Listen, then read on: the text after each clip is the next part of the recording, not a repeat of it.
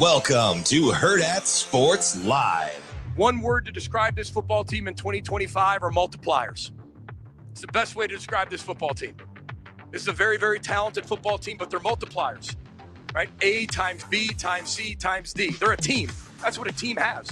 They legitimately want other people to be successful, and they make sure those people are successful, whether they're at the same position, they're competing with them or not. Groups just add A plus B plus B plus C plus D. They just add it. Humble, hungry, frustrated after a 2024 campaign, but ultimately a group that chose to show up, get to work. We spent a lot of time trying to build our culture over the past 16, 18 months. And I think we've gotten really close to getting the team that we're looking for to compete with year in and year out for championships here in the Big Ten.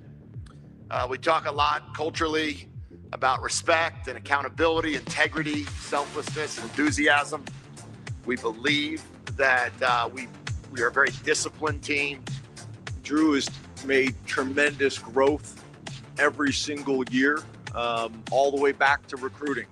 You know, I don't know if a lot of people remember, but, you know, Drew, when we first started recruit, was a 3-star recruit, kind of a throwback recruit. Kept getting better, kept moving up the charts, depending on which recruiting service you follow. Some people had him as the #1 quarterback in the country before it was all said and done.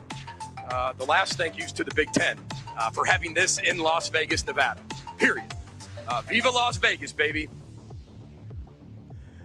Good morning. Welcome into Hurrdat Sports Live, presented by Centris Federal Credit Union. That's DB. I'm Ravi, Lulla here at Hurrdat Sports Bar and Grill. What's up, DB? How we doing? It's good. Long time no see. Yeah, man. I feel like Monday was just kind of a blip. Yeah, it was a little stopover. Yeah. When I have one of my good buddies, when I would consider him a very good buddy, say, hey, you're coming back, right? I'm like, I said to Sasha, I go, we must not have done this right. I felt like I said it every day. No, I'm going to ride with you. I felt like I did. I think you pretty much do a good job of try and let people know what's going on. Yeah, I was going to say doing what you're told. But well, I mean, sure. If you squint, it's a little depends loose. on who's doing the telling. Yeah, you know. But yeah, it's good to be back in the saddle. I didn't know where I was going this morning, but yeah, fair. HQ or here, but given our AC situation, I might have rather been at headquarters. Yeah, if that doesn't get situated today, we might have to talk with Sasha about going up to HQ tomorrow. She might be gassed. Yeah, a little bit. Wow. Even Coach Rhule was like, why are you letting her do all the work? I was like, after I got over being offended, I was like, she's the only one that knows what she's doing. I was going to say, the funny thing is, it's like the stuff that she does, it's like, I couldn't even try to help if I wanted. Even Kyle was like, so he got lumped. It's my fault. Yeah. I lumped him in a group text with us. Oh, okay. So for the first 10 hours we were there, he was being included on all the text. And I was like, he's probably like, I don't know about these fellas. But then by the time Nebraska left, we were walking down the hallway because we were going to do the sit down with Coach Rhule, and he goes, hey, did you let Sasha and Avery know? I was like, oh. You know, because good looking out. Well, we use their equipment. Yeah. Yeah, they did the setup, the whole positioning, like she pretty much just flipped and ran the show, and I was like, huh. And then I caught Kyle. He's like, hey, you know, we're gonna use the N logos on the mic. Is that cool? Kyle, sure. You just tell her. She's cool. No, but it was a good time. They worked their tail off, and I am glad to be back. It was interesting driving back through the neighborhood. Yeah. I saw my man. Although our guy Scott. Yeah, he's already in the chat this morning. I'm gonna have to pull over tomorrow, but I gotta know why he liked Untamed. I liked it. Okay. Is that a movie? It's a series. Okay, let me look it up. And I was on probably when I first referenced it, I was either getting started or I hadn't, but I was maybe only on 2, and he's like, "Oh man, it's fantastic." Mm-hmm. So I watched that thing pretty much on the plane, like straight through. Sure, yeah. And I'm like, huh, fantastic. I feel icky. Mm. But it was. I'm not gonna kid you. It was well done. It sounds like, I mean, just from the description here, it sounds like it'd be up your alley. A spoiler alert. Yeah. Kids are involved, so no. Okay. But I just saw Murder Mystery, and I was like, that's got DB written all over it. The premise was fantastic. And Eric Bana, are you? I know the Hulk was bad, but are you a Bana fan, Shane? I actually like that movie. You like because of Jennifer Connelly or? Well, yeah, I mean that's part of it, but I mean I think it's kind of I think it's closer to the comic book. I mean it's a little bit more true. Dogs and the whole nine. Yeah. Okay. I mean, but it's not in part of the universe, so Right. But it was like I was telling you, I went on this run of watching a ridiculous amount of shows, and I mean just binging. Yeah. Oh, all about the binging, baby. Like I said, Lou. The one movie that I watched that wasn't a series was Lou. I don't know that one. Yeah, I like the lady that played Lou. She's kind of gruff and gritty, and I don't know. It was like heroin. Is it Allison Janney? Yeah, it was like a heroin stretch. So a lot of ladies with the lead, and Okay. I mean, I was gonna say killing people, but not killing people, but just tough. I told you I watched pieces of her. Yeah. Which I thought I'm late to the party. It's probably a couple 2-3 years old, but it was really really good, and I'm looking for more. So I should get my Wi-Fi like rolling on the laptop. Nice. So the airplane, it's usually Ben McLaughlin that does it, and my dumb butt yesterday, we weren't sitting together, and I sat in the exit row. Yeah. I'm always gonna pick the exit row. Sure. And I got up during the demonstration to give Sasha my computer. And the lady goes, "Sir, I'm going to need you to sit down." I was like, "Oh, whoops." It's so embarrassing. Stop laughing. Sorry. I can just see you doing it. It's killing me. Yeah, just not a care in the world. Yeah. Just be like, "Oh man, I got to get my internet." And fixed. I go, "Hey." And not even being aware of what's happening. I go, "Hey, Sasha, you got me?" And she's like 5 seats behind me. So it's not like a. Is it across the aisle? It's not like a turn around and hand it to her. But she was right in front of me on the way down. And it just. Did you ask people behind you to pass the laptop to her? No, but I did ask the flight attendant if she could grab it for me. I said, and I kind of mouthed it. She was coming up. I was like, "Can you grab that?" And she's like, "Yeah." I just imagine how you will just hand your phone to people and be like, "Can you do this for me?" Like strangers. Yeah. I just imagine you being like, "Hey, can you pass this laptop to the lady with all the tattoos about 5 back?" Well, I did it to Kyle. I was like, "Man, this thing sucks." And he's like, "Yeah, no, the whole Android thing." And I was like, zip it. It's fine. It's fine. Yes, Jack, I did watch American Primeval. That was another one I watched almost in a day. Now that was rough. I haven't seen that one either. Surprise, surprise. It's got to be rough clearing the term heroin. Yeah, as the in female hero, not the drug. Yes. Yeah. Correct. Not like black tar. Never seen it. Oh no, it's a type of heroin. Oh, is it? Black tar heroin. Good job, druggie. Listen, I've seen enough shows. Yeah, so we're officially back, man. I'm rolling. Apparently, so Avery was I was standing up in the terminal when I was doing the interview. Oh, yeah. And she was laughing hysterically. Really? She looked over at me. And I was like, "Is it because I'm leaning against the window or what?" And I said, No. I go, "Hey, what was so funny?" She goes, "Oh, I was just listening to the segment real time." Oh. Was I telling, I had a lot of jokey jokes? I don't think so. I mean, it's kind of my style, right? Yeah. I mean, you were telling stories, but I don't think it was. Oh, yeah. You know me, the storyteller. You got to weave the yarn, Hey, so did you see Cincinnati on what's the show now with Brew and the guy who grew his hair out that you don't like? Oh, Nick Wright? Yeah. Did you see Cincinnati on that show? I didn't.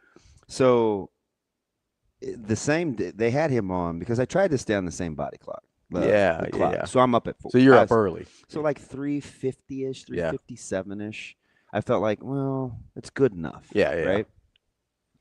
And so I turn it on, and is it the facility or the faculty? No, it's all eyes, no you. So I think it's the facility.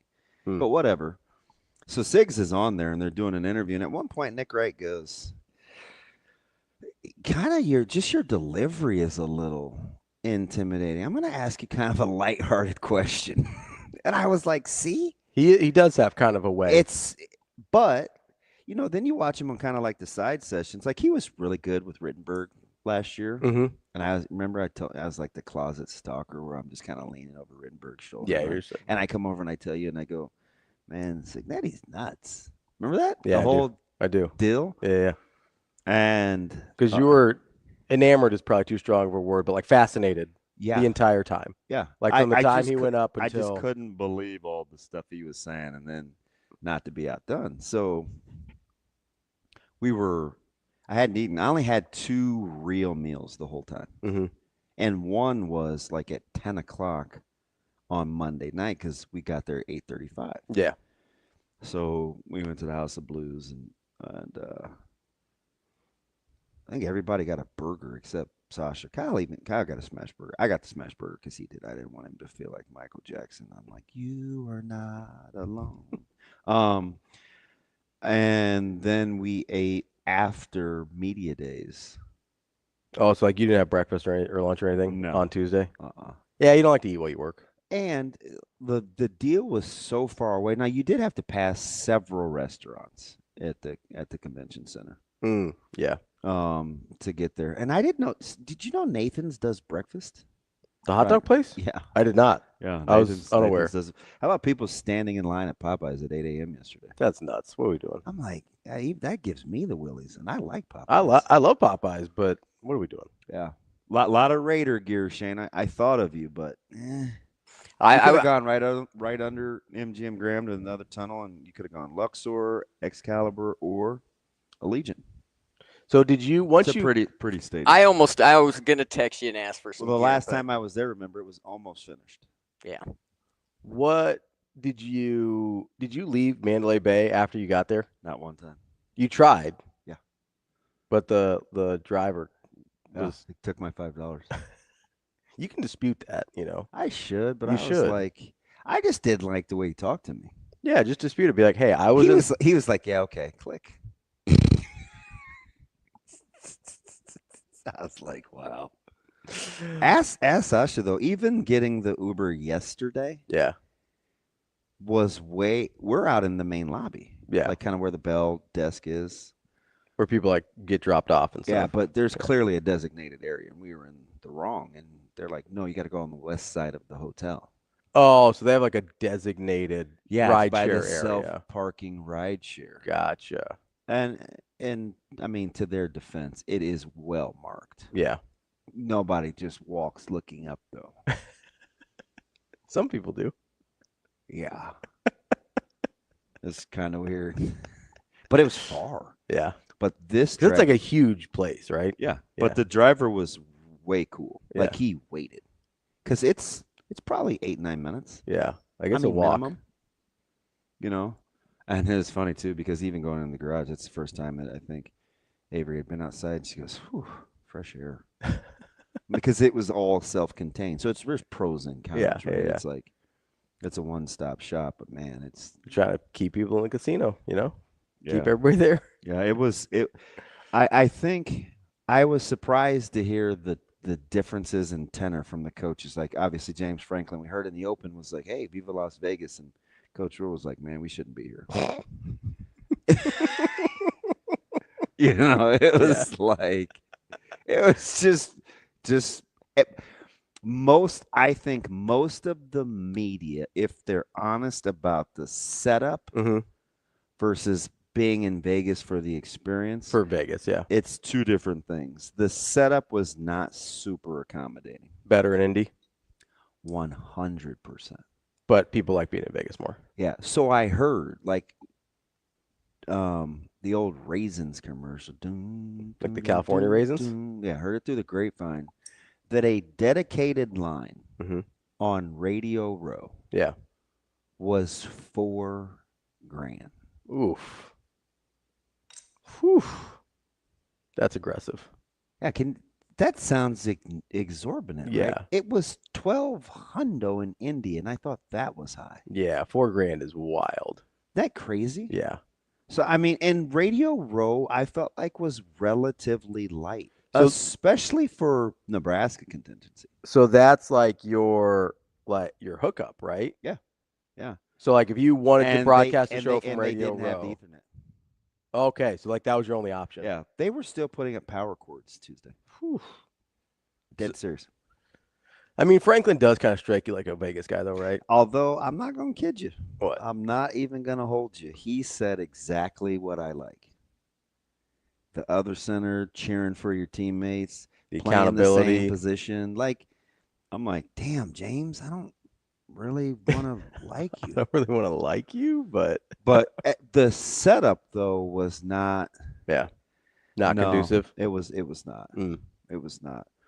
Apparently, we didn't have time to eat. Like, I left my plate for the media luncheon because somebody said they had like beef tips, and I just wanted to meet, and I hadn't eaten since the night before. Mhm.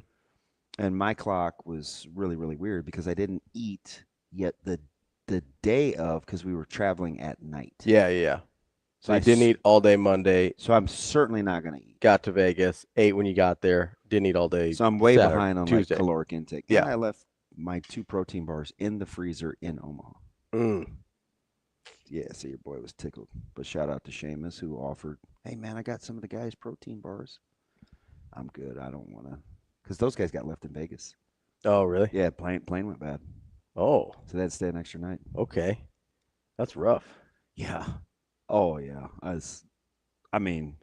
But I think Dr. Ellis has stayed with him, so you know you're in good hands. Yeah. I mean, you talk about a boss.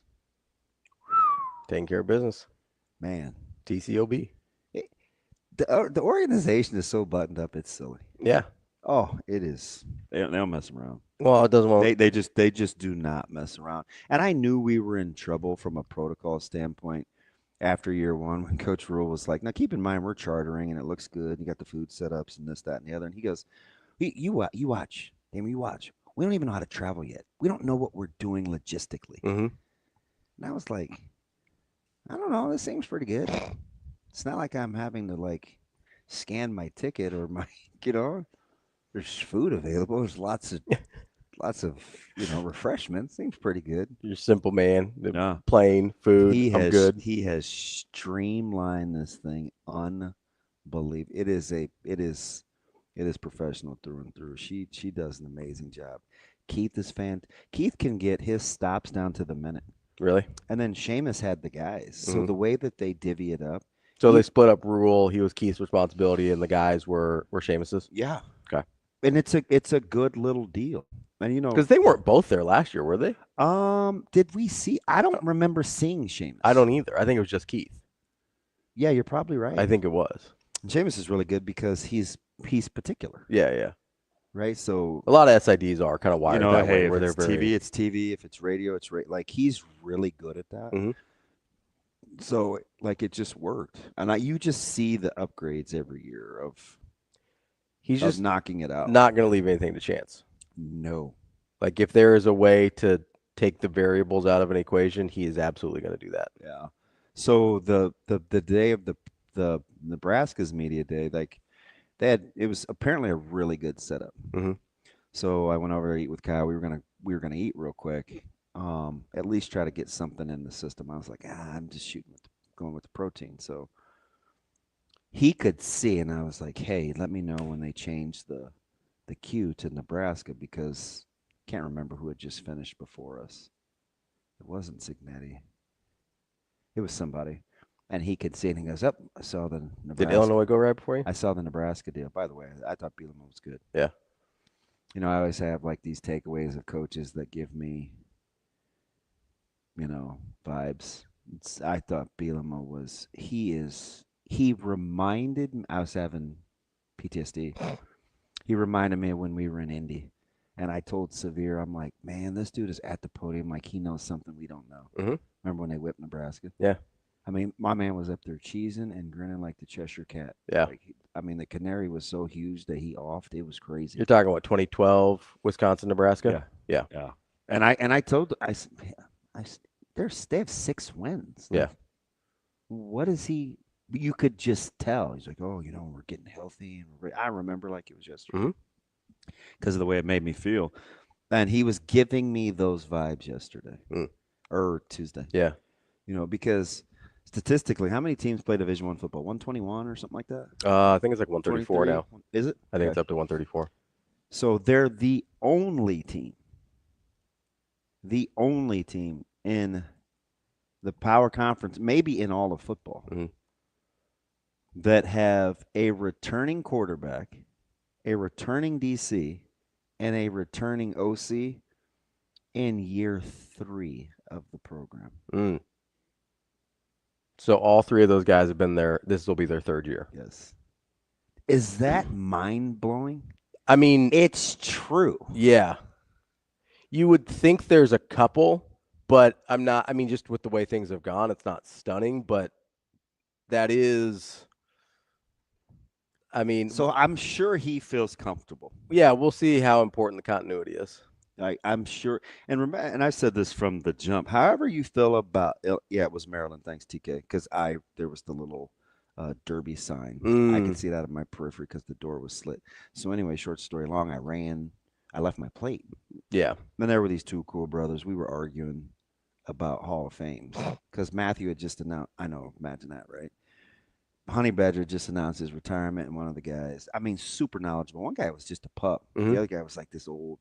He was this cool, sage, old black dude, right? He's like the guy I'd like belly up with at the barbershop. So we got into these discussions about Hall of Fames, and I was like, man, you guys got to be careful. Like, even Urlacher's in the Hall of Fame. And you'd have thought I told this dude that he looked like a mongoloid or something with his glass. I don't know. Like, I just gave him like this crazy shot. He was like, Urlacher, that was a bad. I'm like, no. I said, Urlacher was never the best linebacker on his own team. Like, let's knock it off. And we started going through Pro Bowls and all pros. And you big Lance Briggs guy? Yes. Yeah. It's as is every smart Chicago Bears football. That's fine. fan. I'm just getting like clarification. They know Briggs was the guy. But we were talking about Hall of Fames, and he's talking about Pro Bowls versus all pros. I'm like, that's a little misleading. Like, Levante David is a Hall of Famer, and he's been all pro first team exactly one time. Yeah. Right. Like, so you have to be careful. And then we got into longevity, and I was like, I said, Kuechly gets a pass. Oh, and I don't know if he's a Carolina guy.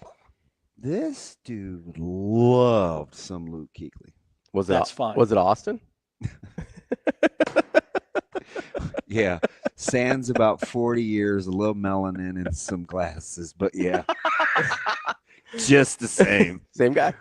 So anyway, I came back. I left my plate and I came back because I'm like, God, they're going to think like it's a napkin, like 7 beef tips. Like, I'm going to go back and get that. And I came back in and the guys were still sitting there. I was like, oh, no, they cleaned it. They cleaned it up for you, young buck. I was like, oh, I appreciate it. So I chopped it up with those guys. So then I wanted to mosey on over to what I thought was the hospitality area for the other hospitality area for meetings or for media. Because you think I'd read the sign? No. So I walk in and there's Cignetti and his staff and some other people, like, and they got like this sandwich spread. Like, it was pretty sweet. I was like, shoot, I'm gonna grab a sandwich. And then I went back outside and I looked at the door. Head coaches and essential staff hospitality area. You should have seen the look on Cignetti's face when I opened the door. Number 1 out of 126. Hey, I'm like, yep, I don't like you, but I'm gonna close. Listen, how did you close it, like real slow? No, you'll get it in all DB glory. I backed out the same way I came in. I didn't even turn around. You just like moonwalk this thing out. Next question. That's what your boy did. Said, I'm a piece of work, aren't I? Yeah, so this is the way he looked at me, man. I was like, woo. You should have been like, What? I'm not essential? Best season And you know in what's Indiana funny? history. Again, in true DB fashion, In my after defense. I closed the door and I was like, I don't know what he is looking at. I could travel with Nebraska staff if I wanted to. I mean, That's what. No, I'd have been dead wrong. I mean, I'm not on their payroll, but in my head, I convinced myself. yeah. I mean, he doesn't know. I'll go back and tell him. I'll just go get me one of those red pins that everybody's wearing. Central with the staff. Central staff, man. Buford was trying to give me his. He was like, "Nah, DB man, you can rock this." I was like, "No, I think a lot of your guys have them." Like, You probably need to keep that. yeah, and I could just see Dr. L's is snapping on me for Buf not wearing his. I was Did you take that from him? like Shaggy, wasn't me. Yeah. But anyway, man, it's good to be back. What did you think of young Dylan's suit? Oh, he was sharp. So I liked the suit. I didn't love the shirt. Yeah. So The suit was nice though. I'm telling you, he is. He looked good though. I love his vibe. Yeah. Right, because there's a difference between confidence because you're good and the confidence that comes from preparation and being good. Yeah. I think he feels like they've done so much work. Like last year, it seemed like he was confident because he'd been he was good just his whole. anointed, right? He'd been good his whole life. He just had to fast forward into the role. But this one, it's like, this is really good. Wow, we getting a Boss Rutan reference? I used to love him. I'm like, hey, who's the little bald tough guy? Back in the day, I used to confuse him and you're gonna laugh. Who was the heavyweight that was really, really good that morphed into an actor? But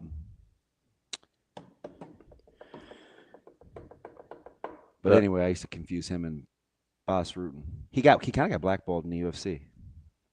Oof. Come on, DB. Anyway, but what I can say is that Boss Rutan has a really good story about Urlacher. He almost picked a fight with Boss at a bar before someone let him. Yeah, that sounds like something Black would do. That's not who. Heck of a champion. What era of UFC? 80s, 90s. So early. Yeah. He was post Shamrock during the Liddell days, but he was the heavyweight, and it wasn't Emelianenko. Give me another one. We got Boz Rutan, Mark Coleman, Randy Couture. Couture. Thank you. There we go. Very nice. Very nice.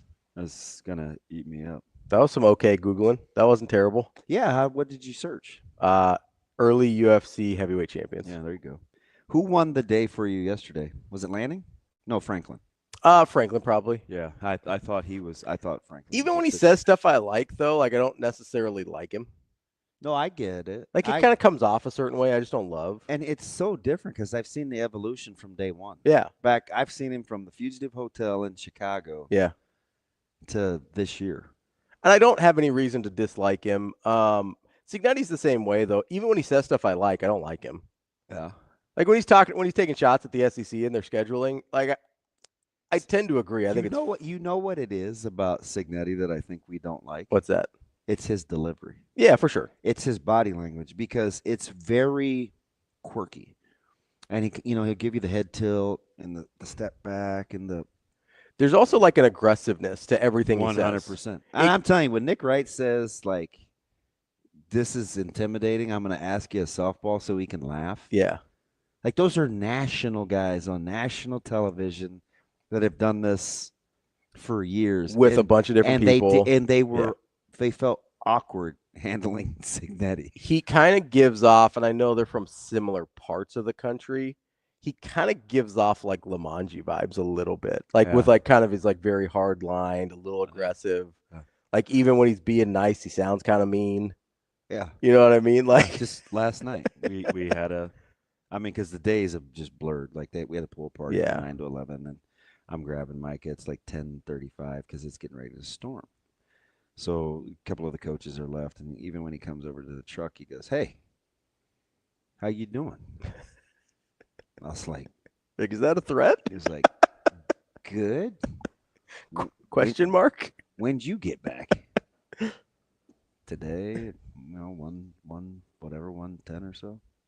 How was it? It's good. All right, that's good.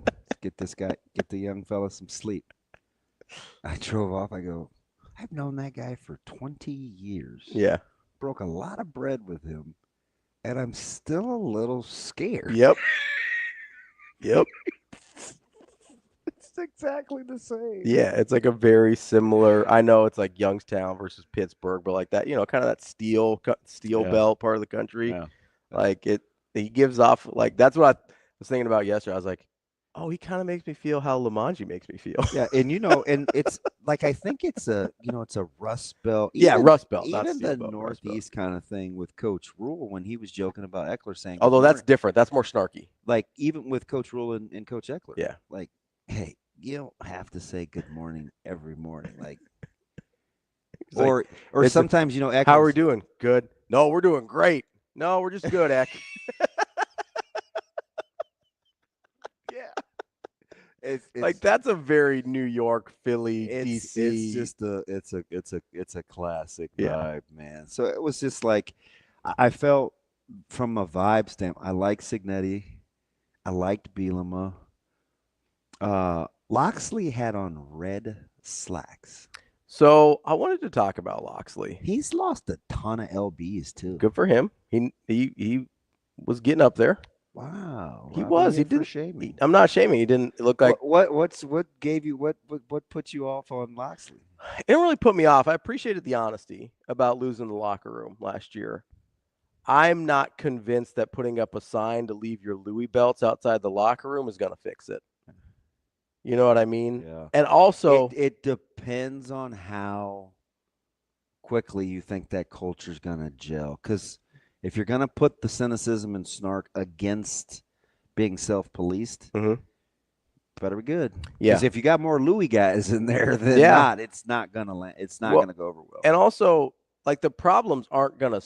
And why is Louis Vuitton giving the college football some kickbacks? Because they sure do get a lot of. They get a lot of shout outs. They get a lot of references. Is it? Don't they know the kids are like moved on from Louis? Have they? I don't know. I saw a couple Michael Kors watches. Oh yeah. Oh, I'm not going to give him up, but yeah, one player was wearing a tag. Tag's a nice watch. You think? Yeah. Yeah. I can't afford it. Except for Hurrdat. It's about the only tag I'm doing. I watched that movie Tag. It's pretty good. What was it about? It was about this group of like high school friends that basically played a game of tag for 40 years. Like they just they had designated like 1 month a year where you could. How does that sound fun? It was actually really fun. It's a good movie. Yeah, I'm gonna go ahead and. It's probably too like joyous and lighthearted for you. Like there's a lot more.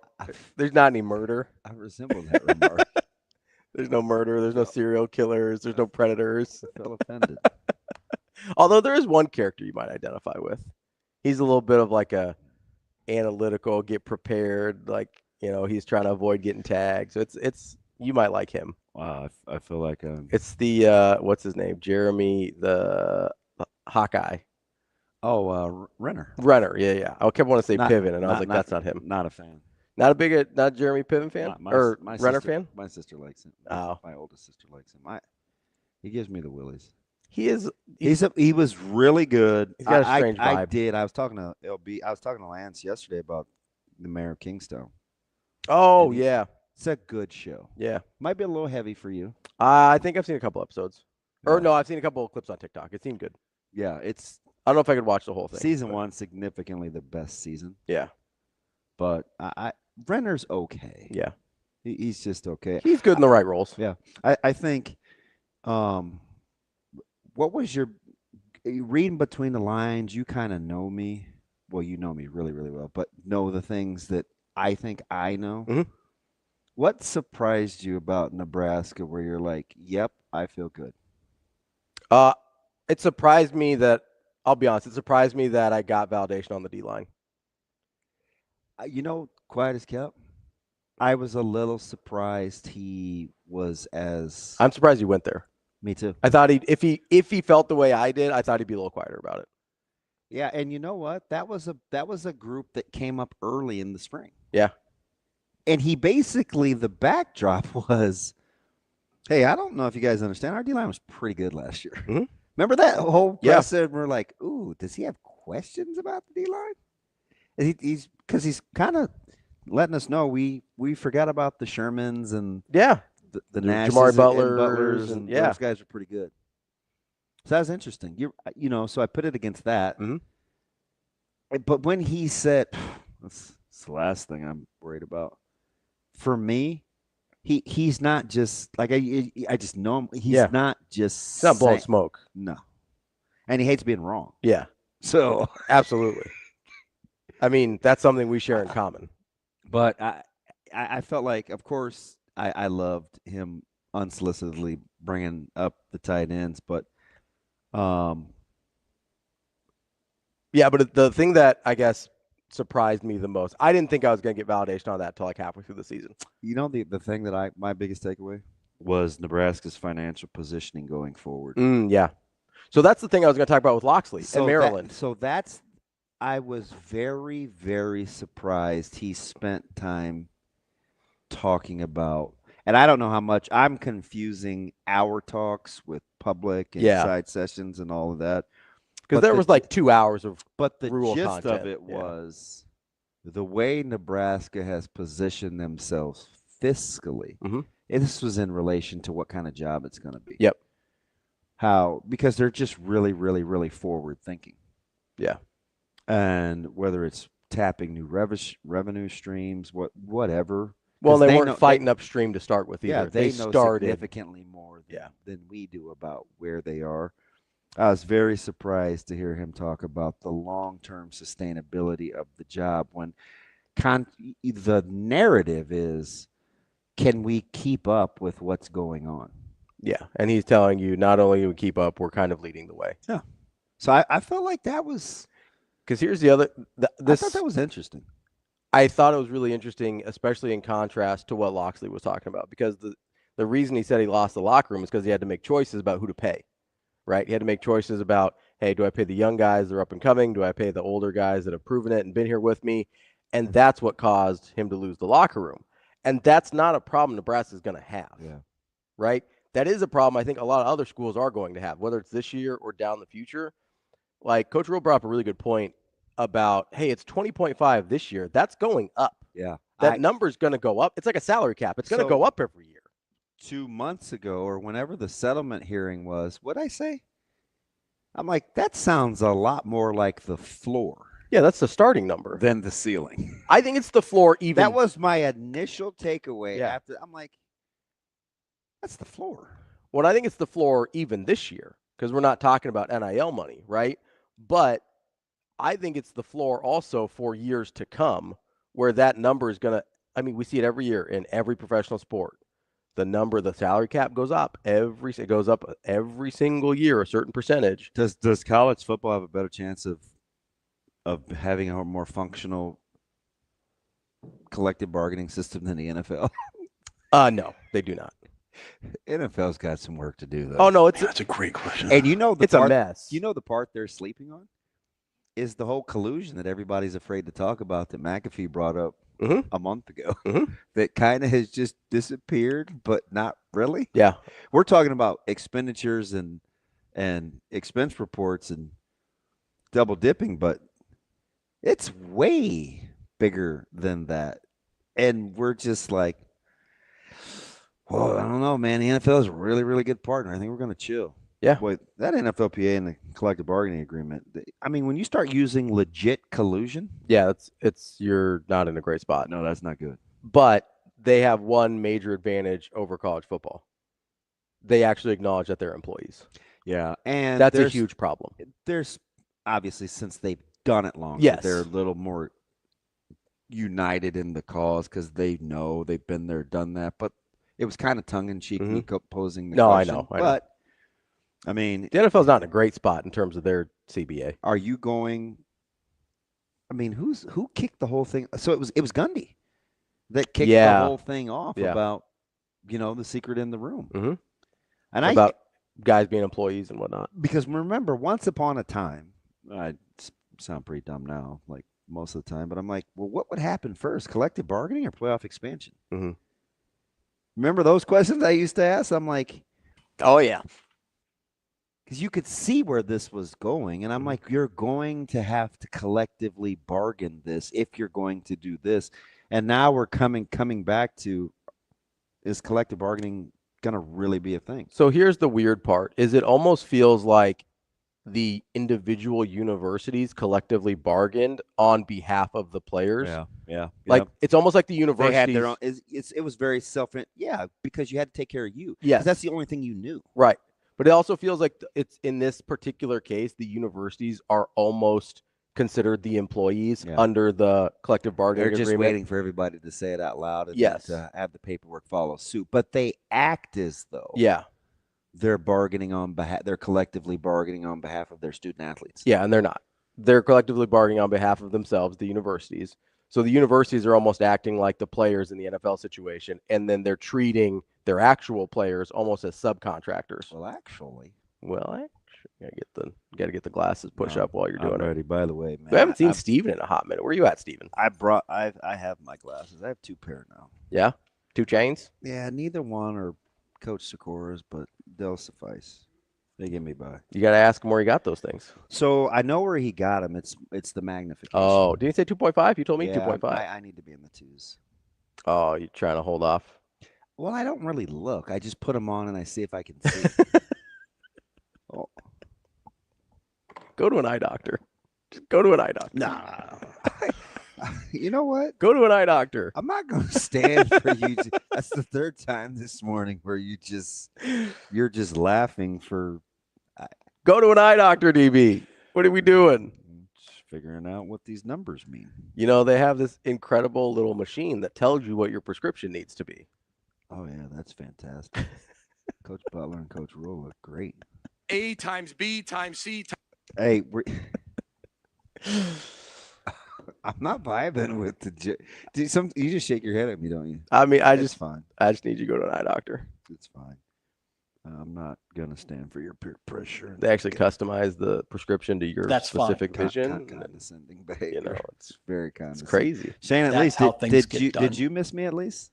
I did. Yeah. Oh, we all missed you. Shane gave me a random text. Did he? He watched Young Guns and he agreed with me that it did not age well. I haven't seen Young Guns. What made you go down that rabbit hole? Is that the Emilio Estevez one? Emilio, yeah, and Lou Diamond long hair. I was watching something else on Tubi, and for whatever reason, big Tubi guy. Yeah, that popped up as a hey, you want to check this out next? And I'm ads, no ads. Ads. And it popped up. I was like, well, I'll watch it. And I watched it. I was like, I totally want to send Damon a text, but this will be wow, you're on like a 2.5 week delay with this. Yeah, that is an incredibly long delay. Yeah.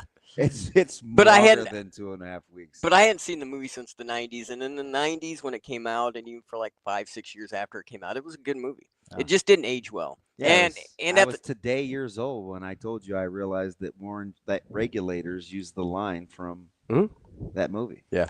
And as I told you, I'm watching it at 12:40 in the morning, and I'm sitting up and I go, "Oh my gosh, that's the line from the rap song." And then I sat back down. I was like, "God, what a dummy!"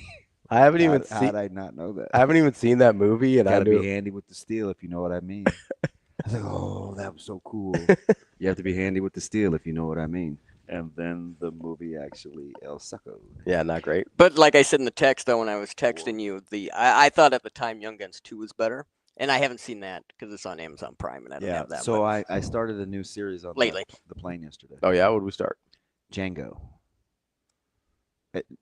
I know what you're thinking. Is it different from the movie? It's not Unchained. This guy's white. Oh, okay. Well, Although he is very familiar with Native American culture. Okay. So there's a TV series called Django. Yes. Okay. Is it spelled the same? Yes. Okay. But I mean, the one, like, if you're looking for a tie that binds, they're in a city called New Babylon that is ran by a quote unquote free slave. Gotcha. So there are minorities in the movie, but Django himself is not black. Okay, we're looking it up here. Django TV series. Might be a little. It's a Western. Sure. I'm gonna watch it. I got through 2.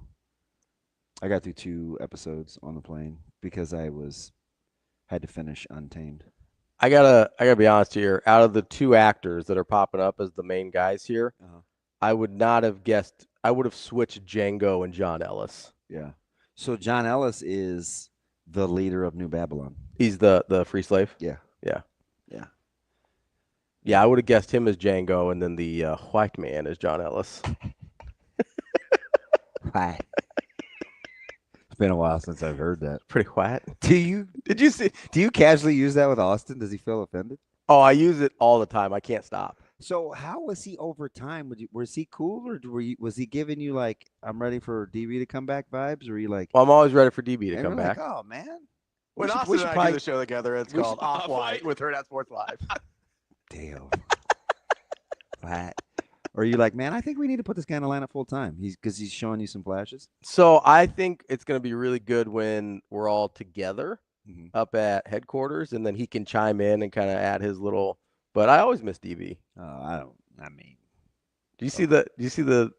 You're probably out with Rhule when it happened, but do you see the TikTok I sent you and the caption, the bleeping white people? Oh yeah, yeah. So periodically, and I was walking with my head down in the lobby. So it was like, oh my gosh. Oh my gosh. You know, hey, Shane, JD would like for us to be a little louder. And I know I'm a quiet talker, JD. But Ravi's not. He's a loudmouth. I've been the same. Oh, you did. Shane, you juiced him up, didn't you? We're out here, right? It's pretty good after pulling out my AirPods for 2 days. How much were you just like keeping my head down, not trying to interact with anybody? Or were you being social? I was not being social. Okay. That's kind of what I figured. No. And Kyle's a lot like me, so it worked. Oh, is he? Yeah, and Avery and Sasha actually worked, so they were busy. It's kind of funny. I think people assume people that have our jobs or like broadcast types that we're all very outgoing. And most of them I know are not. No. I'm on record. I'm not. Just like talking to ourselves mostly. Yeah, I could see like I spent a lot of time I talked to Evan Bland quite a bit. I talked to BC quite a bit. We'll talk to BC here this morning. Steve on. Where is his war wounds? Zipple? Like a crown. I talked to Steve. Talk about delay. Sip and I were having a conversation. Then don't mealy mouth me. We ran up against the clock at like 12:27 Pacific Coast time or Pacific whatever. It's not. Is it PST? Is it Pacific Standard Time? I think so. Whatever, Pacific time. And he came back like 2 hours later in the same media room, and he goes, "All right, where were we again?" And I'm like, "Wow. Do you realize who you're talking to?" I have no idea where we were. What were we talking about? You're like, if that conversation had gone on 30 seconds, I would have known where we were. But we were talking about, and he reminded me, he goes, the running back room. Oh, yeah. Oh, okay. Let me tell you about the running back room. I like the running back room. I've always kind of operated. Yeah, it's growing on me. Has it? Yeah, I mean, there's a couple guys that it's grown on me. Yeah, so one thing I think you don't have to worry about is there'll be plenty of attitude in that room. Yeah. Now, how Coach Barthel harnesses it, like we'll see, but they are starting to get some different running types, which is good. You know, so that and the trick for Coach Barthel is sometimes as a coach, this is gonna sound weird, but sometimes as a coach you want players to do it how you did it. Sure. And Coach Barthel as a runner was vastly different than some of the styles that we've seen. Yeah. Right. He was he was a hammer. Yeah. Right. So and it's easy to be like, hey, just do this. Right. Just do where it you this could way. see him being good with a guy like Dowdell because Dowdell fits his coaching eye. Maybe Quentin Ives. Yeah. And we're all so conversely, the thing about Ives is thank you, because I have no idea what time it is without that clock. Appreciate that. We're deep. What time? 7:50. Jeez. Well, it's just like being in Vegas. You have no idea what time it is. How are you just now putting that up? I'm just curious. It was logged That's great. So the guys back at headquarters were like, we're back to downloading 5 segments again. We're going to work on that. You try it. This is the first time we've seen the clock. I know. So anyway, like, and I'm kind of guilty of it too, right? I want guys to run a certain way. Fits your eye. Yeah. So that's why there's really good running backs you don't like. That's a little harsh. No, it's true. Kind of bottom line. I feel like you acknowledge they're good. Like you acknowledge, like, hey, they're good. It just doesn't fit my eye. Yeah. It's the same thing I do with basketball players. I'm like, hey, that guy's good. I don't like the way he plays. Yeah. So I think, they have enough different styles. Yeah. The trick will be you just want a few basic things. Make the free defender miss. Press the point, like whatever your terminology like the is, first one, right? Hit the holes. Hit the hole, make the first guy miss. You'll have some general things that are non-negotiables. Mm-hmm. Don't let guys get to your legs. Be good in the open field. You got to get through arm tackles. But stylistically, the trick is to let guys be who they be themselves naturally are, right? Like LP's not going to run like 8 or Clinton, right? Or I'm not going to run like I'm on, right? Mm-hmm. So the trick is to have the commonalities and the traits: ball security, make the first guy miss, press the point of attack. But outside of that, you kind of got to let guys do their thing. And he's got enough different guys now where I think that's going to be the interesting part, right? Like Micaiah is not like Mosey, and Mosey is not like Emmett, and Ives is not like Ives is not like Mosey, right? So I think the interesting thing will be how you negotiate all that. I still don't know if they've got like a dude. Because, so hear me out here. So, like, because a lot of other things are like technique. Like O-line, hand placement, feet, strike. Backs need a little more creativity. Yeah. Right? 18 to 16 on a comeback is 18 to 16. Yeah. Right? An over route is an over route. Yeah. A little bit more freelance as a running back. Correct. Yeah. There's not quite as much. Correct. Yeah, you're not gonna have it scripted out for you quite. So I think it's always a weird thing to negotiate for. A coach. It's like, so hey, you have to have your non-negotiables. Hey, pad level down. Well, and there is a certain level of preciseness too in terms of like hitting the hole on time and things like that. Yeah. But after that point, it's a lot on you. It's hard because it's like you got to let it go. Right. Because you're as an offensive coordinator, running back coach, offensive line coach, like all working together, right? You're setting up a running play basically for like the first 4 to 6 yards. Is that right? And then after that, you just got let it go. After that, it's sort of up to the running back and their individual abilities, right? Like you're setting it up like, hey, this play, if run correctly, is going to get us 4 to 6 yards. Right. And after that, whatever happens is on you. It's really interesting you're saying that because we've got these guys like Quentin Malone and Tate and these backs that I have, and we're talking about blocking scheme and how many pullers and patience, and I give very general rules of thumb. Like I may say, hey, press the point of attack or take a good lateral lead. After that, they'll come back and they'll say, hey, how was such and such and such and such? And I always have to be very, very cognizant. I'm like, well, for you, it looks like this. Yeah. Because this is your running style. But for you, it may look a little different. So you may hear me say something different once they get past the initial way. Yeah. To different guys. But I have some general non-negotiables. Hey, there's a camera in those linemen's butts. I want you in the picture. Yeah. Hey, press the point of attack. Hey, don't get off your path until something gets you off. Those things are the non-negotiables. Yeah. Pad level, deliver instead of being delivered to. But outside of the style, I don't critique it. Yeah. I don't. Because it's just too hard. Yeah. Well, and there's too many different ways to be good. So that room it's interesting. And it's competitive. So that's really my number one takeaway. So that's the thing I like. And I think you said it on here with us when you were guesting on our own show here, where you were talking about Mosey and thinking, oh, I can win this job. Yeah. Right? Oh, he won.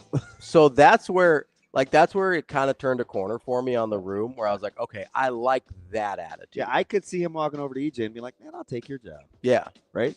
And you get guys like, Ives is like, who are you passing? Right. Or Mackay like, really? That's how you want it. So, right. So, I like when you started telling us about that, I like the mentality shift in that room. I still don't know if there's like a dude. Yeah. Maybe there is, maybe there's not. I don't think we know. But I like the attitude's a good place to start. 100%. We got Brian Christopherson coming next year on Hurrdat Sports Live. At Centris Federal Credit Union, we understand that the journey of building your own business typically starts with modest beginnings. With a little help from our team of experts and small business loan offerings, you can take your vision and transform it into a more concrete reality. Centris Federal Credit Union. We are where you are.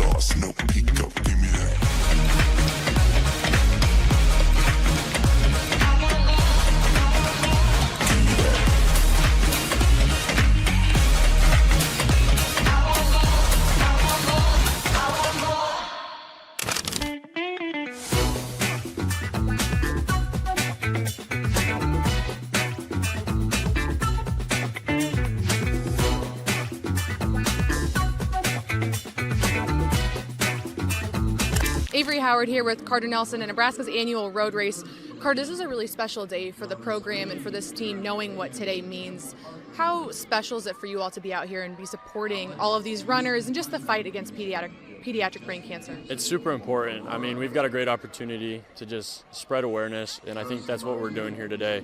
So it's a great opportunity to do that and then just give back to our community.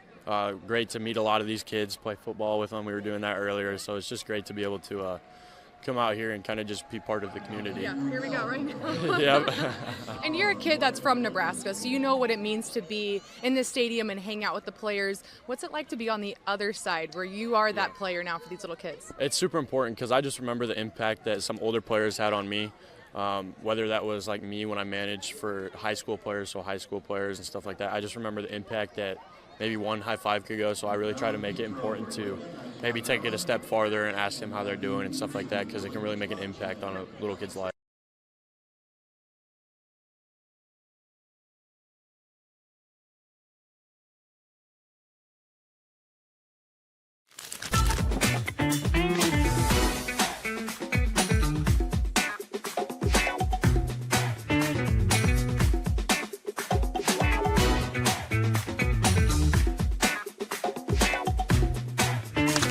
Avery Howard here at Teddy Prohaska at Nebraska's annual road race. Teddy, you're a local kid. You know what today means to this program and this university. Just how special is today's road race and the cause you guys are all here for? I mean, it means the world to us. It means the world to this team. Just thinking back of how many years I've been able to do this, and we look forward to it every year. I know it's different weathers. We've had it inside, we've had it outside, but just to get back and give to the community, it just means the world to us. And this is an extra sensitive year just with the passing of Jack Hoffman and everything he meant to this program. How does honoring him in the way you guys play and the way you guys show up in this community, what does that mean for you guys to support him continuously and his family? I mean, it means the world. I remember I was at the spring game when he scored that touchdown, and that's just been a moment that stuck with me forever.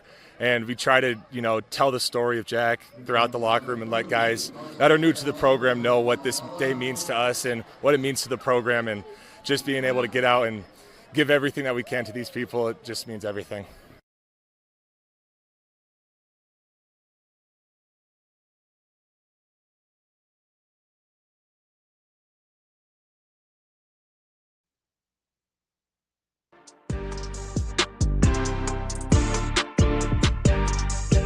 Welcome to Hurrdat Sports Live. It's a much different feeling when you walk in with a bunch of guys that now they know they're good.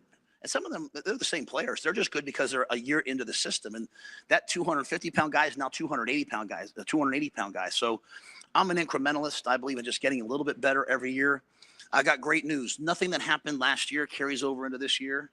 And that's a good thing, right? Like the Iowa loss at the end of the year was really, really probably painful, but sometimes it's the pain you need.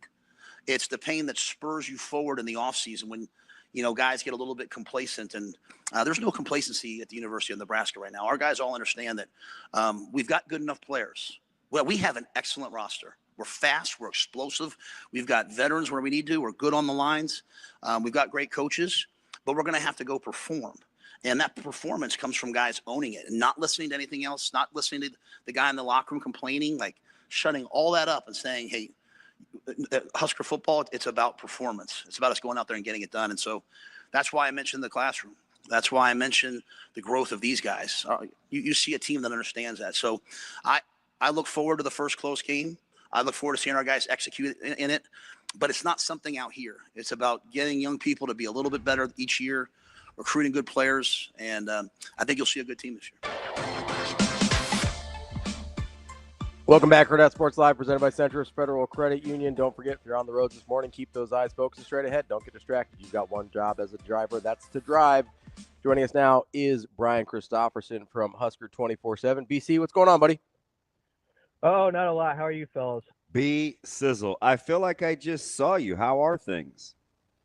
Yeah, it was awesome, man. It was awesome seeing you up close, watching you work, how you do it. I was taking notes, as you know. Oh, I highly doubt that. It's like, that's funny because you're being super kind, and I was thinking to myself, oh gosh, a saving grace, like finally somebody I can kind of vibe with because I'm struggling over here. I think I'm just gonna get BC at Evan's hip pocket. Like I don't know, B, like that's not my ideal setting.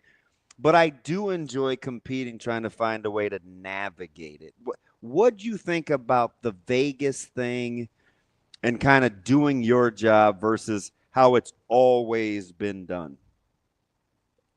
The setup this year was okay. I kind of agree. I don't know if you saw the James Franklin clip from yesterday. About how he said it didn't feel maybe as Big Ten-ish was basically the point of it. Him, Franklin on the side session, James Franklin, not the guy at the podium that said "Viva Las Vegas," right? Yeah.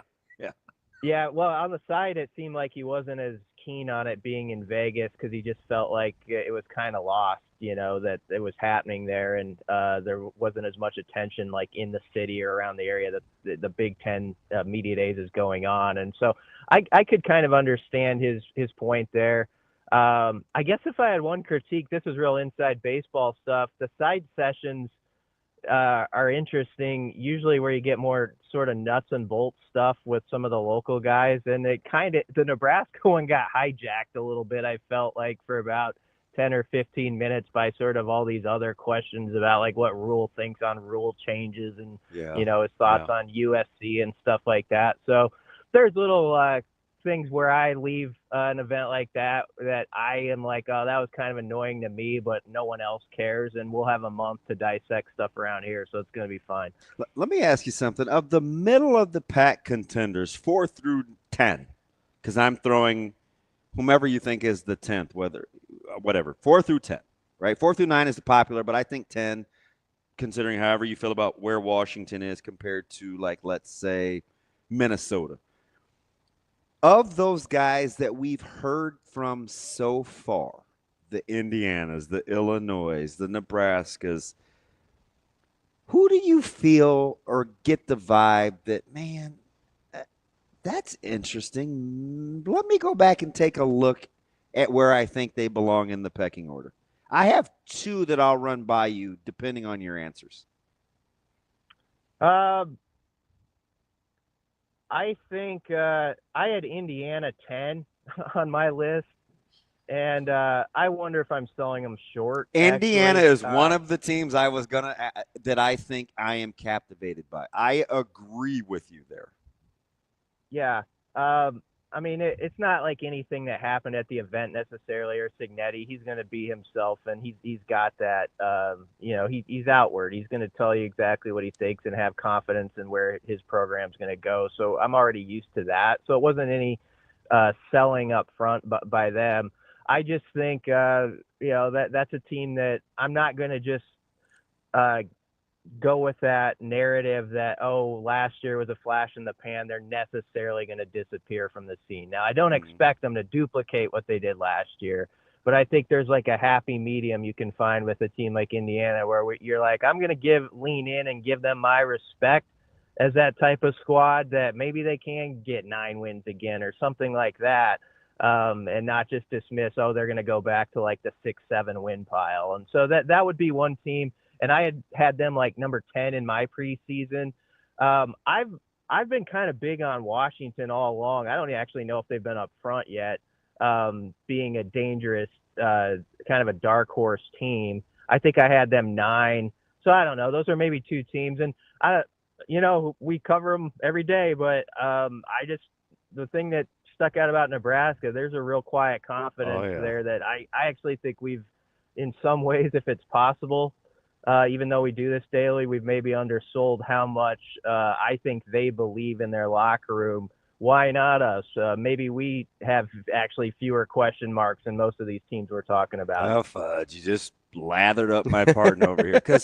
So the second, and this is for both of you guys, because since I'm interviewing my host too, BC, I'm a little Natalie Imbruglia here, torn over the second team being Illinois or Nebraska. And the thing you would think, man, DB, Nebraska, but I downplay it a little bit because I do know this team.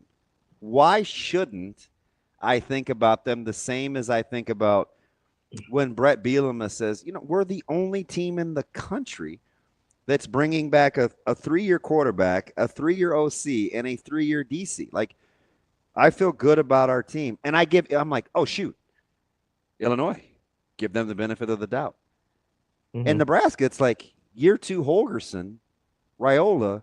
I know the roster's better than a year ago. Why don't I allow myself to think? Not to mention, you left out. Why not Nebraska? Mike Eckler, you left out year 3 Rhule, which there's a track record of. Like, I don't know. I think it's pretty simple. And one thing go ahead, Damon. No, so BC, and this is what I'm really geeked about. I'm setting Holgorsen to the side because I know he's always good. The thing that I would love is if I was Coach Rhule, I would love being able to bounce philosophy and teaching off of Addison Williams, John Butler, Phil Snow, Terry Braden, Rob Dvorak, who I'm glad he mentioned on Tuesday because he's like my secret weapon guy. Like, that staff on paper is really good with what they bring to the table, right? Like, I should have a peace of mind in that. I think it's his best staff since he's been here. And it's a combination of what you said mixed with like the Terry Braden, Phil Simpson types who Phil Simpson said it, so I'm not talking out of school here. Like, there's that something to prove mindset with some of those coaches who just got here. And so I think that vibes well with Rhule also having that group of those old dogs who've been around a while, who in some cases have been, if they're not a coordinator now, they've been it in the past, or they in Holgorsen's case, he's been in the head coach's chair. And so it's great when you can have someone like that you can bounce a real big picture idea off of, and he knows what it's like to have that heat on him. And so I think that's probably something that we sleep on a bit. But if there's one topic that I feel like I'd like to get to more of in the next week that we probably didn't in Las Vegas, it's the connection and confidence with the coordinators. Yeah. And just when you put all 3 of them on paper, there's reason for a lot of optimism there. Obviously, we talk about, I think Holgorsen gets the most talk for good reason. Eckler's coming right behind him. But the thing, when I was standing around Deshaun Singleton and listening to him talk about John Butler and just how geeked up I think he is about the aggressive nature of that defense. Yeah. And then if you go back to the spring and you kind of really pay attention to Butler, even though we would say, oh, he's close to the vest, he's not saying that much. he was dropping some things were going all right on his side too. Like they were winning their share of one-on-one matchups with the secondary. And I think he liked how it was going. He would always talk to Phil Snow in the spring and be like, how's this lining up right now with how it's been at other places, sort of on the calendar. And it was tracking well. And so I think probably a topic maybe that hasn't been hammered home enough that I'm really interested in is I believe there's going to be an added aggression on this defense this year. And I think you talk about a quiet confidence about a group that's maybe not been talked about as much, even in its own state. I think it's on that side of the ball. You know, it was kind of funny how Rhule, at least in the Husker Sports Nightly interview, was almost dismissive about any sort of questions about the defense. He goes, I got Phil Snow and I got John Butler over there, and we're going to be good on defense. There's no way we're not going to be good on defense. He was almost offended that the question was even asked about defense. And then that's where he validated me. Who asked that? Was that me or KC? I don't remember. I think it was KC, maybe. But then it was KC because it was a good question. But then he validates me in that answer, and he goes, when talking about the lines, and he goes, oh, they're going to be hell on wheels. That was the one where I was surprised at how confident he was on the defensive side of the ball. Yeah, I mean, especially with the D-line. I mean, it does remind me a little bit of 2 years ago. We were in that state where we were like, I don't know about these guys. This was before Ty Robinson had really broke out, and we weren't sure about Nash and some of those guys. There was a lot of questions going into that August, and 3 or 4 weeks into that season, that was the least of the questions, and you saw that was going to be a group that stacked up good against the run. I think in this particular instance, they feel like they've got a lot of different body types and skill sets where you can mix and match and do a lot of things, throw a lot of change-ups at people. And so I just think the creativity and some of the things that they haven't been able to say out loud or wouldn't want to say out loud at this point are going to be really interesting when we get to Arrowhead on that side of the ball. Yeah, it's interesting. I love this. I like these talks because sometimes I feel like I'm learning on the fly. I didn't know, BC, even though I'm watching the game plan and clearly I can ask, but I tried not to. I'm watching this bowl game preparation, and I said, you know what? Butler seems like a pressure guy. I was saying this in December. Mm-hmm. Like he likes multiple looks. I think he wants to bring pressure. They brought a ton of pressure against BC. But what I didn't know, B, was it because he was trying to make up for what was happening up front with who was and wasn't playing in the bowl game. Mm-hmm. I'm like, because I know what I would like if that's us and Mm-hmm. we're talking as a staff, I'd say, oh, such and such and such and such is in the game. Maybe we need to bring A or B gap pressure just to help them out or hold point. And so you try to overcompensate. And I was trying to decide, is he making up for, or is this his philosophy? It seems like pressure and being multiple is the philosophy, regardless of who's in the game. And now it seems like they have multiple pieces up front with Lafotus and Goldmans and Judy's and Lenhart's and Inwinari's and Keona Davis's and Van Poppels, where they can just get in the lab, right? Yeah. And I think then when you combine that with second level guys who I think could be good blitzers that are just going to be natural at it. I mean, I think guys like Shavers and Javen Wright, I think can get a lot done. Obviously, yeah. I mean, Singleton, just the variety of ways they can use him now, and I know he expects he's going to blitz on occasion.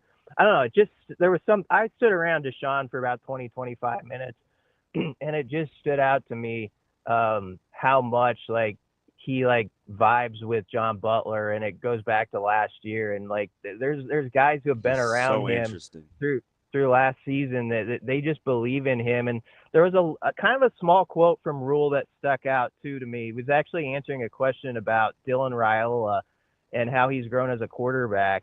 And he actually threw in there, he's like, well, he's gone all spring going against John, and Butler's as competitive as anybody, Rhule said, and all the stuff he was throwing at Dylan. And we're talking about spring ball here. And then Dylan kind of smiled later when he was asked about that.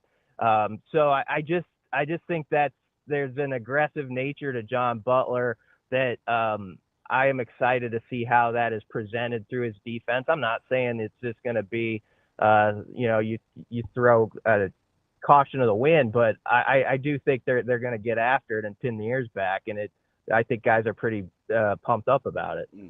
BC, as we're talking about kind of the aggressiveness and what it's going to look like on the defense side of the ball, two names that did not get mentioned yet that I think are going to play a huge part of that. I don't know how you sit there in the room if you're John Butler and see Vincent Shavers and Willis McGahee and not be like, I'm putting those guys in the quarterback's back pocket as much as humanly possible. Yeah, probably. You just named, like, if you were to say, okay, like 5 or 6 guys, that's all you get. Who are 2 names you're most excited to see this fall? It would be the 2 Miami guys would be on my list, McGahee and Shavers. I just feel like that first half in the Pinstripe Bowl with Vincent, we saw just like how much chaos he can create and how confident he was for a guy sort of in like one of his first starting situations in that role. And it's like he'd been waiting for that. Like he felt like he belonged right off the bat. And then, I've said this all off season about McGahee. He had a pretty small sample size, really like 100-some snaps, but he got a lot out of them. I mean, you have to think of, like, he forced 2 fumbles. There were like 1 or 2, 3 almost plays that are right there. He was a havoc creator, and it was obvious from the jump. And I think he's grown. And Rhule set it up front when it was on BTN, and so all the fans saw it. One of the reasons you believe more in your team is not just because it's year 3 and guys understand your system. But he mentioned a guy goes from 240 to 270 as an example. Like guys just get that. This guy over here gains 10, 15 pounds, and he's just going to be tougher to deal with for Big Ten offensive guys, and he's going to wreck shop more. And I think both those guys are probably examples of what he's talking about there. Yeah, it's interesting. I'll give you guys. I'll get a little sausage being made behind the scenes. It's like, I was sitting in the coach's clinic with Coach Butler, and he had a side session, and he's using Nebraska's cut-ups, and he's talking to defensive guys, and he says, and I quote, this kind of seems really obvious, but I'm going to say this anyway, because sometimes we get so involved with scheme and what's going on and telling people how smart we are. We forget we just need to play to our players' strengths. For example, if you have a guy that's a good natural pass rusher or a blitzer, you probably should blitz him a lot. So I look at it. No, and he said, he goes, let's take a guy like Shavers. Let's look at some of these cut-ups. He's as good a natural pass rusher as we have. So what should I do as a coordinator? I want to be smart. I probably want to put that guy on the move. And he's showing these different looks, and I was like, why do we forget about that? But I was reminded, in talking to Coach Rhule, Ravi was so fixated on him validating the D-line, he forgot the back half of what he said. The defensive backs. He rolled off like 6 corners, and he said, when those guys can play man, we can get into the box and be aggressive, right? So, and he's playing to the strengths too. If you got guys that can cover, let them cover. Mm-hmm. Yeah. If you got guys that can blitz, right, let them blitz. Let them blitz. And sometimes I just think we overthink it, but they're constantly reminding us, we're going to probably try to play to our strengths. Not going to overthink this thing. Yep, that's a good point. I mean, Sierra Wright, if he's ready to take another step off of a very good season, a debut season at Nebraska at one corner spot, and then as you mentioned, like if you feel like you actually have like 6 guys who are right there in that. You see how easily he rattled them off? Yeah, I mean, like obviously Andrew Marshall's one of them, but I mean, Amari Sanders, Bly Hill, Jeremiah Charles, the guy we forget about. It was so good to see him mention JJ because BC. I'm you know me. I there's some guys I gravitate towards just because of their stories. Jeremiah Charles is one of them. Well, you know what? Something we got to be careful with sometimes. I do this. Jeremiah got a chance, remember, to start against UCLA. UCLA last year, and it was a bad first series. They picked on him a little bit on third down a couple times, and it was a big drive. And so I think some people have trouble sometimes shaking like 3 to 5 plays, and they put that label on the guy.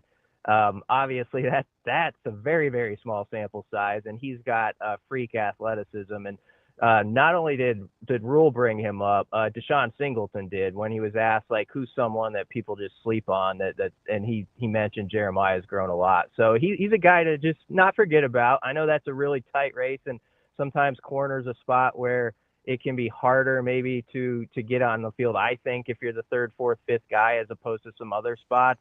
But the fact that you have those options in the stable, as you said, allows that you can feed off that everywhere else with your D-line and everything you do if you feel like we can cover guys man up and they're going to be fine.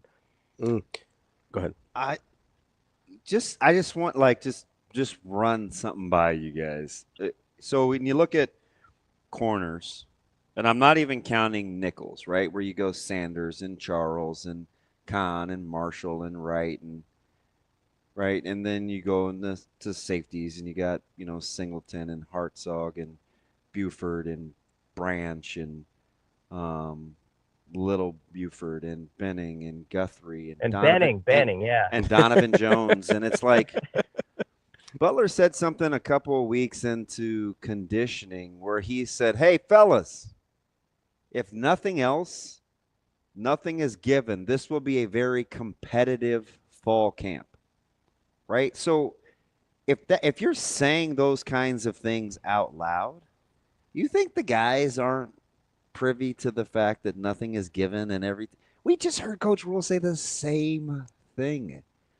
Like, the sense of urgency will be great. So you want as many options as a coach as possible. Like, how are they? It's just crazy how they've gotten there so fast. Yeah, there's no question. If you go back the last few years, the secondary, I feel like, has the best. It will have the best second line of guys it's had in a long time. Yeah. I really think that. I agree. That's a big difference. And so the only thing I wonder is how much you rotate back there. And, maybe I'm wrong on that. It feels like corner is a spot where you often settle in 2 guys more than other spots on the field, and maybe it's not quite as deep of a rotation there. But you can do a lot of stuff where you're playing 5-6 DBs out there, and guys have niche roles that they excel in. And Rhule said this in the spring. We want to get a lot of guys on the field. And, I mean, I give Tony White credit for this when he was here. We had heard that for a long time prior to the staff, and we sort of got to the point where we didn't necessarily believe it. And then that first game against Minnesota 2 years ago, there were like 22 guys on defense who played like in the first quarter, it felt like. And so I'm just interested to see if we get that sort of thing, like even off the bat in Arrowhead, or what that rotation looks like. But there's no question, guys, I think, are going into Monday's practice knowing, for the most part, nobody's name is written in pen here. You've got to go prove it, because there's a guy right on your heels, and there's the clips from practice that's going to show that. Were you guys surprised that he unsolicited brought up he's not my favorite, I have to be very careful, Javen Wright? Nope, a guy, but he coaches Javen Wright. Oh, Dvorak. That Coach Rhule spent some time talking about the prowess of Rob Dvorak? No, because he is so valuable to the staff, and as he mentioned, Rob's the guy he's like a day oneer in a way. Like, he's been there with them as a player, when he's at what did he say? I think Dvorak said 8 out of 10 years, 8 out of his 10 years, or 9 out of his 11. Like that. Yeah. I mean, you think about the linebackers and some of the guys that were recruited in the last class, and I mean, he's an effective recruiter for his part.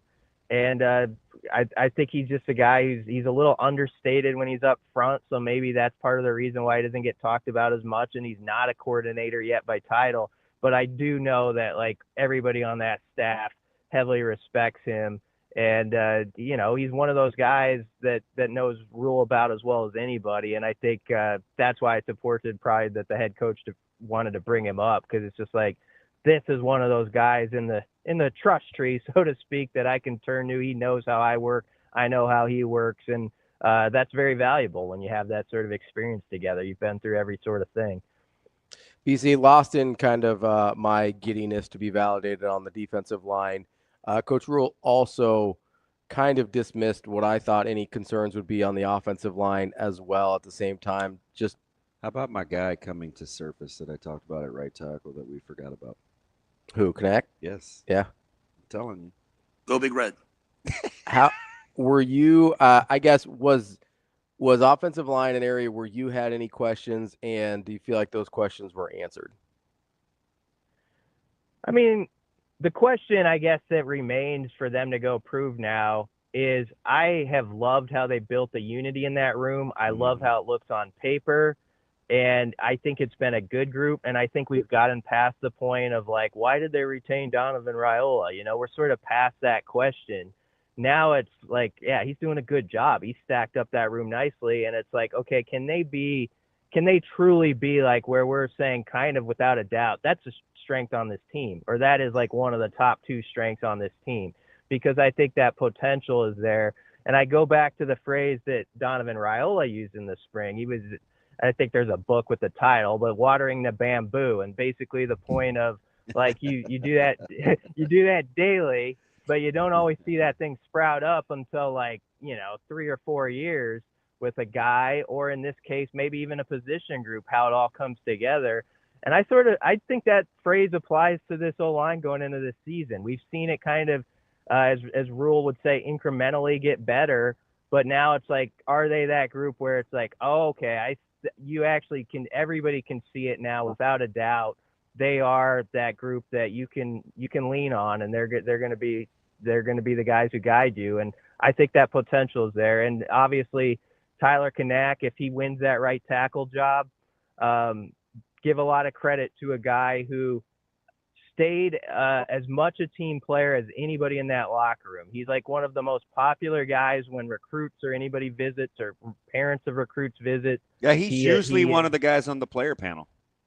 Yep. He's put his heart into being a Husker and embracing it and coaching other guys. Like last year, he was hurt during the bowl game, and he took a lot of satisfaction in like the true freshmen that were there, guiding them along and showing them how it's done. And he was working more at guard last year. I think tackle's natural for him. He feels better out there with that space. And so I'm not surprised that he's been thriving. And in the spring, he was climbing, and you could tell, but I don't think some people believed it. But now it's clear that he could be the guy to beat there. Yeah, keep watering the bamboo. I'm a big body language guy, and it was interesting. And you were there too at Fordham. You know, it's snowing and the field is just being plowed, and this dude comes out on the little rascal. No, it's the one where you just kind of put your knee on and you wheel that thing out. You're kind of the scooter. And Knack comes out early with Harburg and a couple of the other gun-ho. There's probably 6 or 7 of them, and I'm like, this guy's hurt, and he's one of the first guys out there with the nut job in Harburg who doesn't have a shirt on. He's like yelling, like ready to practice as the guys are removing snow. And for me, like those aren't things that are like skirt and pom-pom type stuff, right? Like that's one of those things where it's 28 degrees. It's your first bowl practice. You're not sure how it's going to go. And the guys that are out there front line typically mean something. And when you get a guy that's out there that's hurt, and he's out there, and he's one of the first guys out there, like I took note of that. I tried to pit that against what a good spokesperson he is, the ambassador, because a lot of guys can carry that banner, but when you're willing to be uncomfortable and you're not part of something, that's something altogether different. That's where Knack got my attention.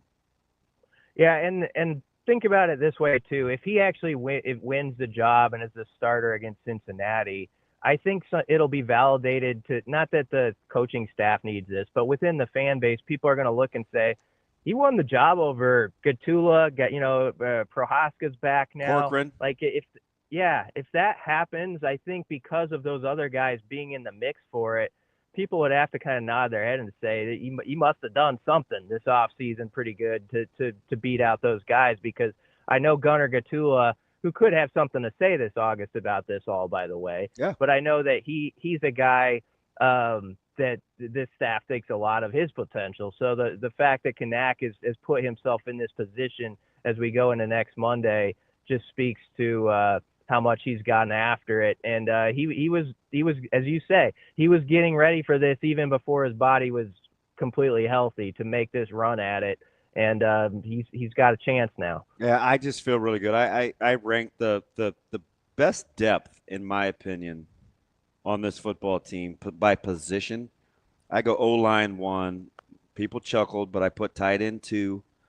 And I'm not so sure when you think about. So defensive backs have to be up there, don't they? Yeah, they're 3. And you can take corners or safeties. Yeah. I love what BC said about the second group being about as good. Like, this is about as good a second group. And they may be a year away, right? Like, you fast forward to these guys next year in the secondary, and it's like, ooh. But BC, how about this, though? When you talk about the cheat code and Javen Wright and Bauer, I think is going to be fantastic. We know about Shavers. Depending on how you view McCullough as a second-level guy or not. And Watson Trent. And I'm going to get to him. And McGahee and Watson Trent. Those guys were going against that offensive line. I think that second level of the Trents, the Shavers, the Wrights, I think they're kind of slept on a little bit. And I'm not talking about drinking the Kool-Aid. I'm talking about guys that are being coached by a guy with a proven track record that we've seen be good before. So I don't think we have to like extrapolate on how good, but you would assume that they're going to be better, right? Yeah, I think so. I mean, obviously I have a lot of respect for what John Bullock did as a backer, and he's not easily replaceable. But I took note when John Butler said this spring at 2 of the linebacker spots, he dropped a line like we're 3 deep there. Yeah. And we kind of blinked. We were like, what? Who's he talking? Who? Yeah. Yeah. And I think that, and look at it this way, we're not having a conversation. Not that some of these guys can't insert themselves into the picture. They just recruited a great linebacker class on paper, right? Yep. Like guys are, and we're not having that talk like we have in some off seasons about now where there's a little bit of panic in the voice. Yeah, you don't have to bring up Merritt and Christian Jones. Like, you don't have to bring those guys up. Yep. Yeah. So I think that right there, just start there. Think about that we're not having that talk. And that tells you, like, okay, they've definitely have felt like, you know, the Bauer thing too adds to it. Like he was one of the best stories of the spring. And I don't think that's just a spring story at all. I think he's another John Bullock story where it was just like you're not going to keep him off the field at some point. I'm not, whether he's a starter or not, I don't know, but he's gonna matter. So yeah, you name those guys. I think there's probably people over there who would argue that's one of the top 3 deepest groups. Actually, I don't know, but well, they'll have to go prove it in the games. But yeah, I mean, I've kind of been on the defensive bandwagon a little bit the last week or so because I do feel like, for fair reason, January through July was sort of a lot of talk about Holgerson and Rhule getting together and the receivers and all this. But just sitting over there by Deshaun the other day, like listening to him talk about that group and sort of his expectations, I think they're under the surface. They feel really good about what they can do. And I think they feel they more than held their own against the offense too so far in the practices they've had. And I think they've had some spirited goes at it. Not to, make this all about me, but you can have Dawson Merritt and Christian Jones. Pierce Mooberry is the best linebacker in that class. Pierce is going to be really. Pierce is going to be really good. Hey, did you? I'll die on that hill. You see what he's done with his body? So he's up 20 pounds, is what they said. And I'm just. That dude's a menace. I love them all, especially CJ. But when I was at a practice one day, BC, and Pierce was hurt, and he's got a yellow jersey on, and I like him a lot, so I just went to go talk to him on the sidelines, and I was talking to him about, hey, did you see Levante David over there? And, that's a guy that blah, blah, blah. And we just were talking about his rehab and how it's going. And BC, I'm a feels guy. He was so intense even with just his answers about rehab and rigor and how it can be lonely, but what his goals were. It was only about 10, 11-minute conversation, but I left thinking, yep, that's the guy that when this staff watched him on film and they talked about how violent he was, that is definitely dialed in emotionally too, because he's going through rehab. And so for me to get that vibe based on just his words, I was like, yeah, okay, yeah, it's he's actually conquering the hard part, which is the loneliness and being a spectator at a young age. Like, that's really, really hard. Yeah, make no mistake, Pierce Newberry at some point, I don't know this season or when it happens for him, but he's going to be involved. Like, he's got the long levers, he's got a great body type, and he did kind of climb up the ratings a little bit. He's just he's violent. But, I was saying, he comes with bad intentions. He's just a violent son of a gun. Yeah, he's one of those guys who probably, if he's in a different locale, has like a higher, more recruiting noise around him and all that stuff. That's just the honest truth, I think, on him. But Nebraska got a really good prospect with him. He should not be if you talk about Merritt, Christian Jones, Newberry, and like who you name off first in that list, I don't even know. That's just such a nice crew to have to start with. But again, that's the beauty of, I think, where they're at that position group, is we're not in that mode where it's like, oh, this guy's got to give you this right off the bat. And I also think that's good for those players too, to not necessarily have that burden on their back right off the jump. That's our guy, Brian Christopherson, Husker 24/7 BC. Great stuff as always, and we'll talk to you next week. Good to see you, B. Yeah, you too, Damon. Thanks for having me, guys. That's our guy, Brian Christopherson. I like that guy. I like that guy a lot. That's funny. I don't even know how I would rank it, and I don't know Merritt like I know the other two. But I know one thing is for certain. Neither one of those guys, you have to hire somebody to be paid by the hour to make sure they're doing the right thing. Yeah, no babysitters. 0 babysitters needed for Pierce or CJ. Dude. And that's nothing against CJ. It's nothing against Dawson. I know people are like, oh, it's Miller North thing. Pierce Newberry's really good. He's violent, and the staff agrees with you. That dude's really good. He is very, very sudden when you watch his tape. He really is. We'll be back with more Hurrdat Sports Live and our Vegas insider Brian Edwards coming up next. You are going into year 2, and confidence, you can tell, is building for you. You've talked about just your leadership going into year 2. How have you seen yourself grow from year 1 going into camp in about a week? Yeah, just being able to have the confidence to call people out, talk to guys. And even just being around each other. We've had a whole 2 years together. They kind of know me. They know I'm goofy and fun, but at the same time, when it's football time, we get down to business. So they trust me and they believe in me, so I'm excited. Talking to some of your teammates, there seems to be a different level of excitement for the offense coming into this season. How would you describe the feelings of what this offense can be this fall? Yeah, I think explosive. That's cliche, but I don't really know any other way to put it.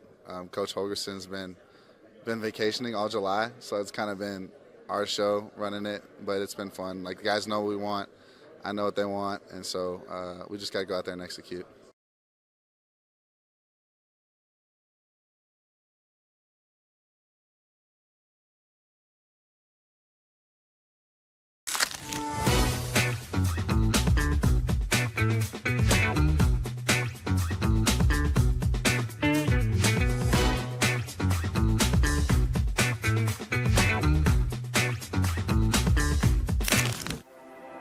At Centris Federal Credit Union, we have the tools and resources to help our members fulfill their financial goals, with a focus on building a stronger community for the next generation of leaders.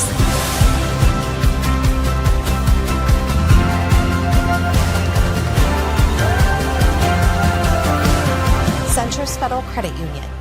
We are where you are.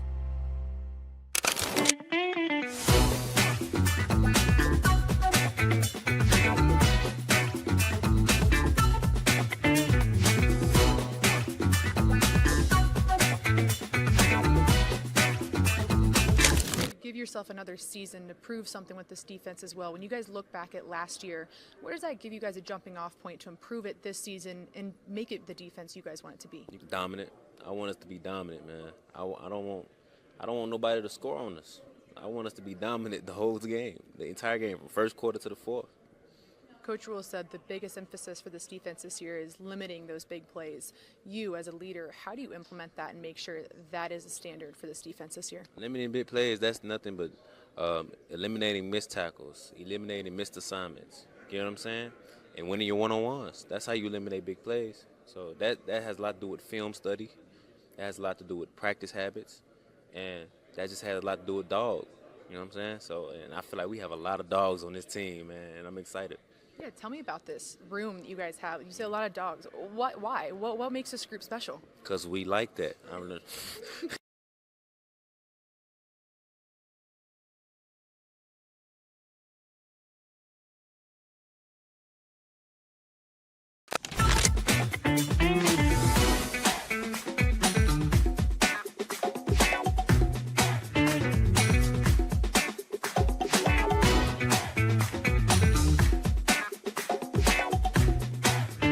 I don't know if it's a surprise, but I think one thing I do appreciate is the returners.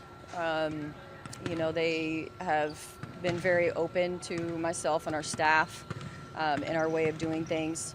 And I think their buying into what we're trying to get accomplished has been really instrumental, you know, for our program, but also we're so young that I think it's an important leadership piece for them to be able to step up and have that type of mindset. So I'm appreciative of that. Would have been maybe just some of the things right away that you've been trying to implement different than, you know, just what this program has been before? You know, honestly, I think the biggest... Give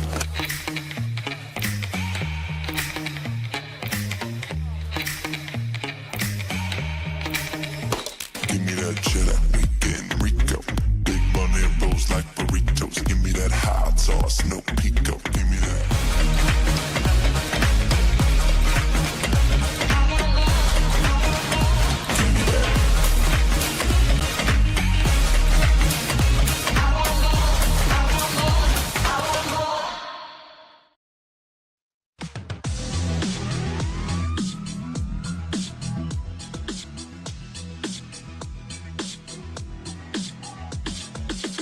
You're listening to Hurrdat Sports Live.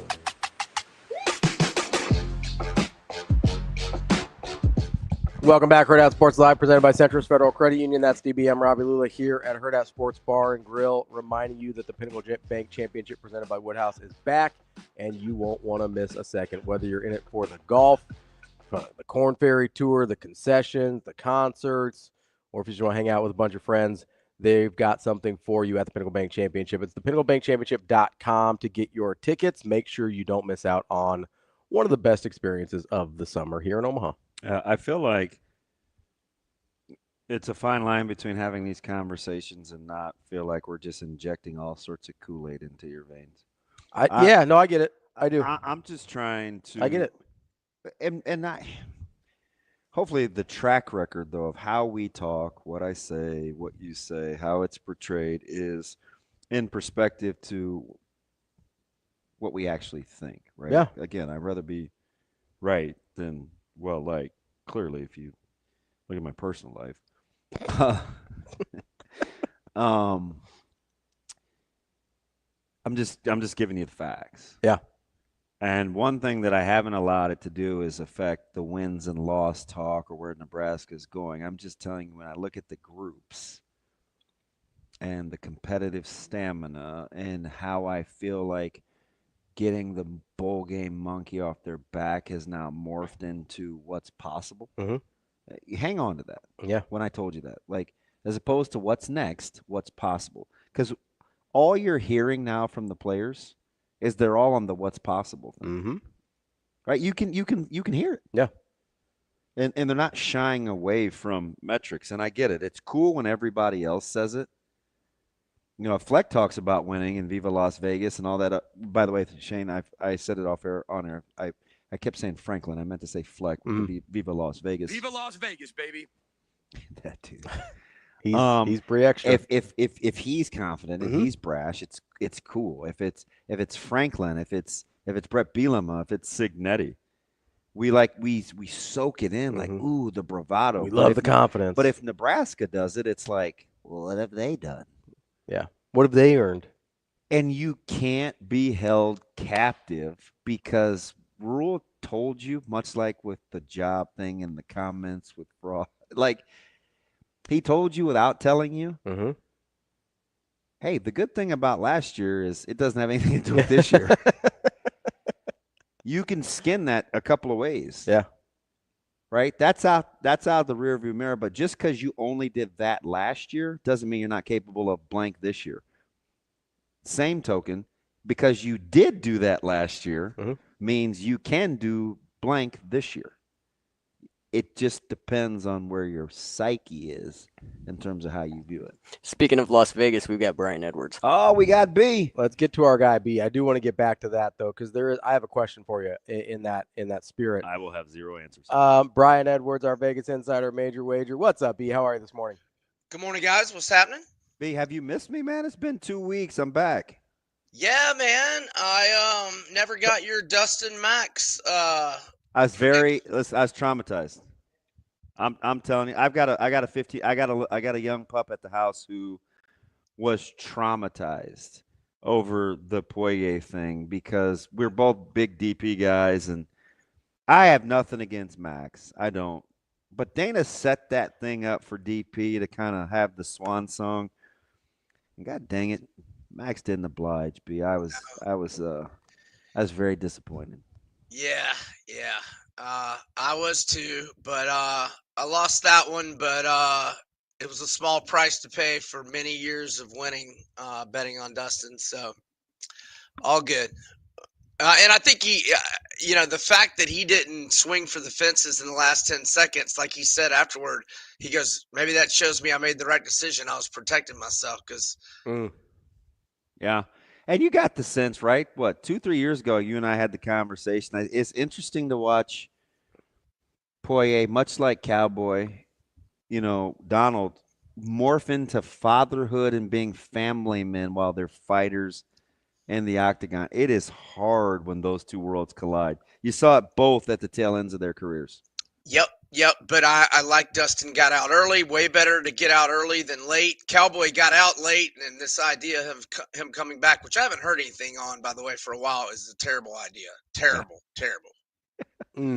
B, let's get to our college football win totals. I know you've got some UFC picks this week as well, but I wanted to start at the top of the Big Ten, right? Because I'm sitting here and I don't know what your numbers have. I've got Penn State, Ohio State, and Oregon all at 10.5.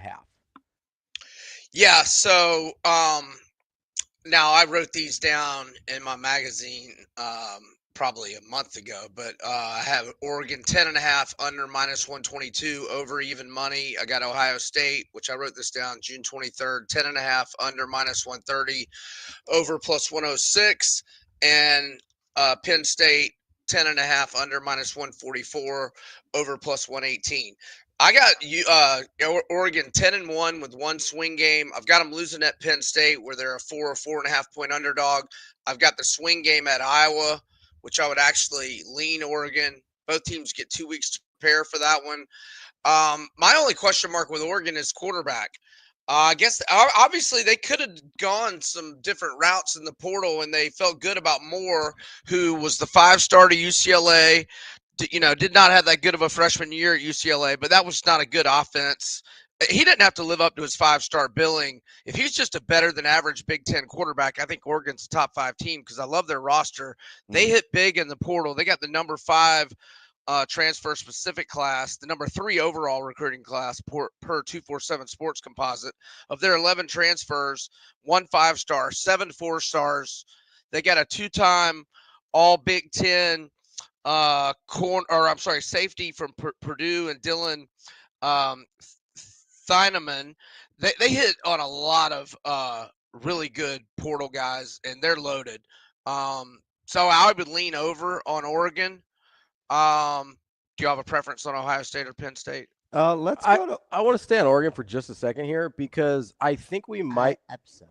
be underestimating how good Dylan Gabriel and important he was for this team last year. Or having a veteran quarterback that he's had the last. Yeah, having a guy, a 5th and 6th year quarterback in Bo Nix and a 5th and 6th year quarterback in Dylan Gabriel, and a guy that started 9 games, I guess, at UCLA and then hasn't played in a year really.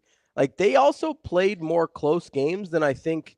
Like, it was a 10-point win against Idaho. It was a 3-point win against Boise State. It's a 1-point win against Ohio State. It's a 3-point win at Wisconsin. It's an 8-point win against Penn State. Like, they were in more close games than I think people give him credit for. And Dylan Gabriel had to make some plays in those. Like, the roster's really good. You're right. But I think Dante Moore might need to be a little bit better than we're giving it credit for. That's a fair point.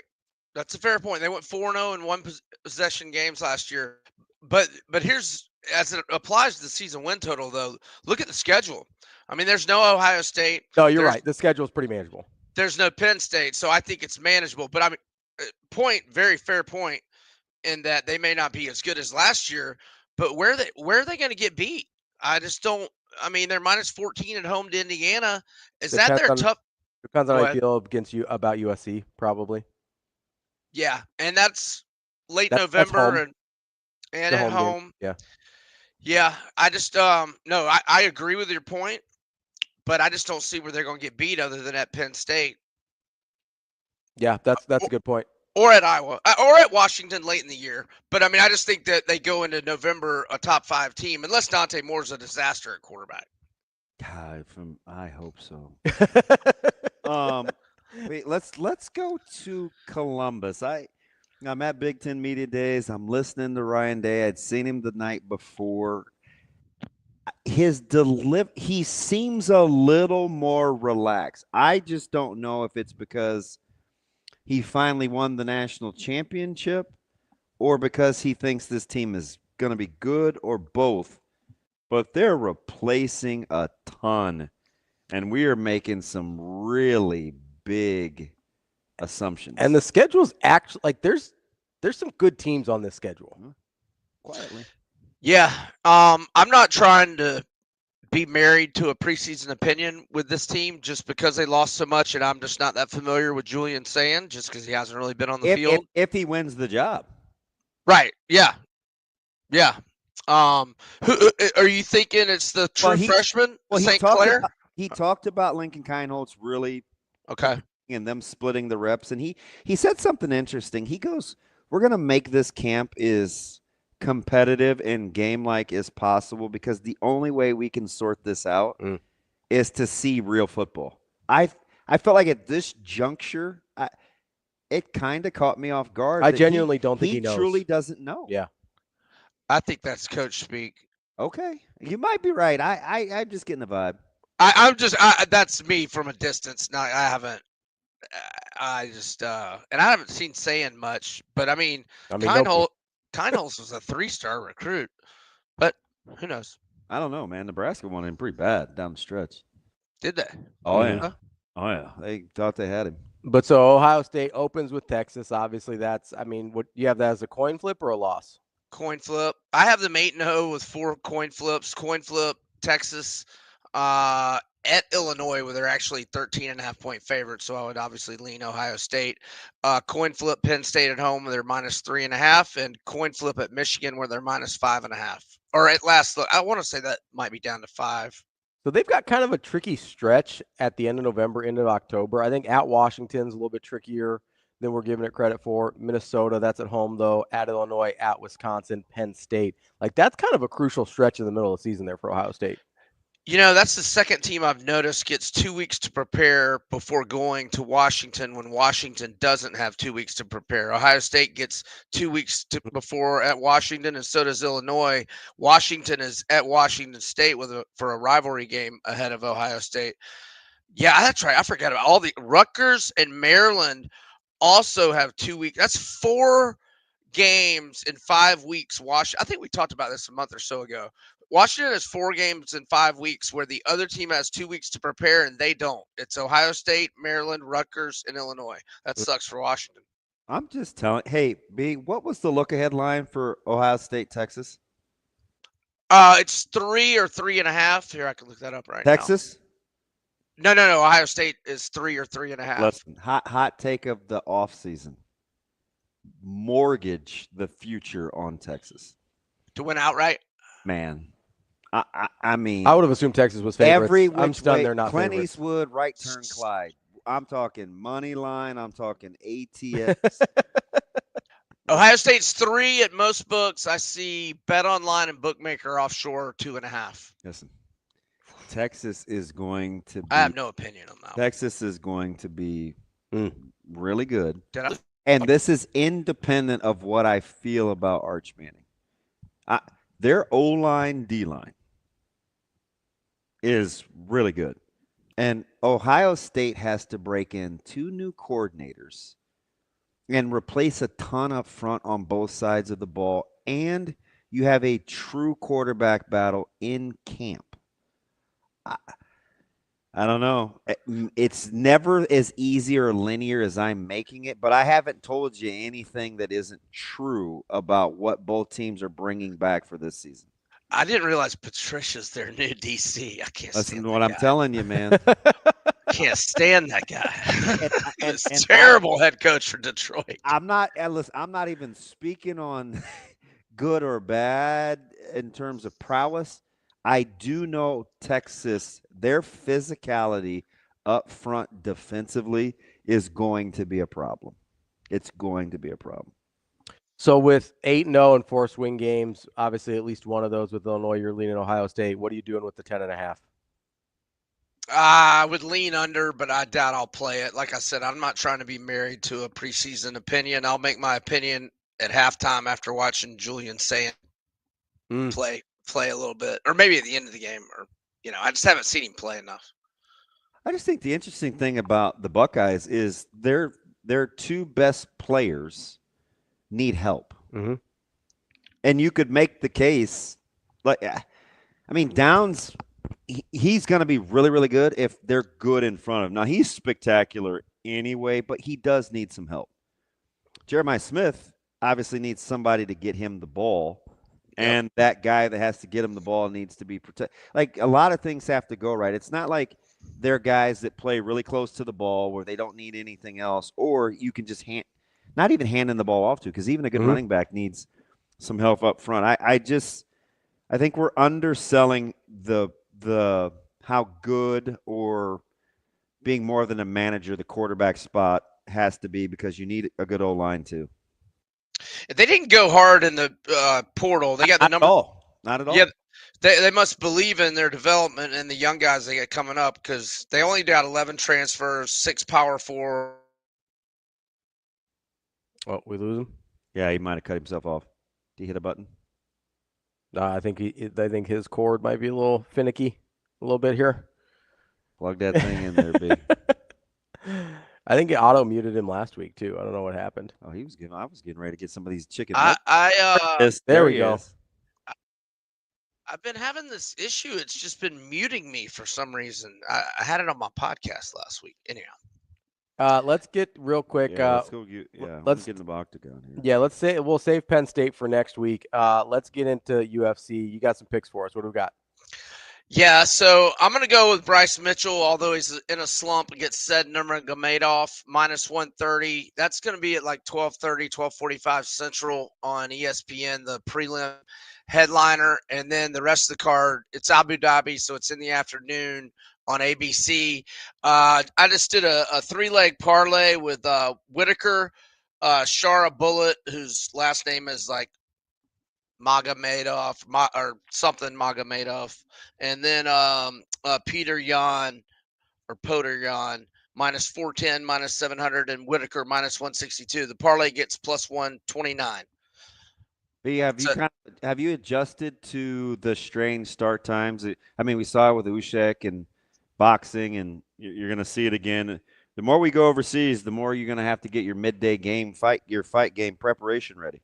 Yes, no doubt. But I don't know that I prefer it, but I don't mind it, especially in the summer. I don't mind. Now, I hate it when it's on a college football Saturday, like Gaethje and Khabib were. I think Dustin and Khabib were over in Abu Dhabi on a college football Saturday as well. But summertime Saturday afternoon, don't mind it at all. That's our guy, Brian Edwards, Vegas Insider, Major Rager. B, we appreciate it as always. We'll talk to you next week. Thanks, fellas. Y'all have a great weekend. That's our guy, Brian Edwards. Coming up next, we're going to talk to Michael Bruntz from Husker 24/7. That's DBM Ravi Lulla. Let's Hurrdat Sports Live.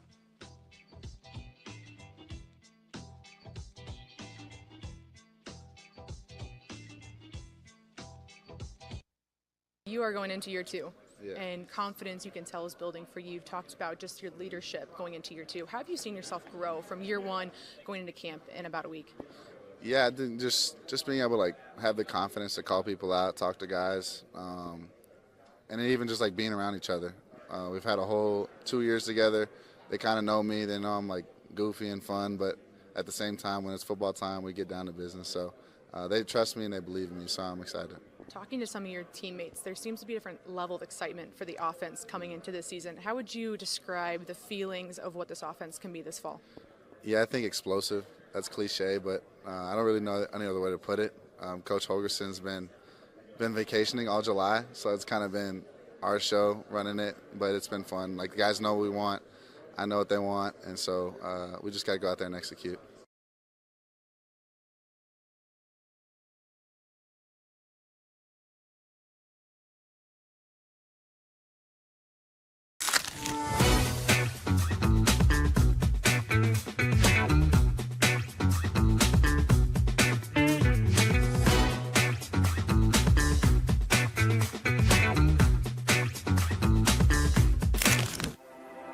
At Centris Federal Credit Union, we have the tools and resources to help our members fulfill their financial goals.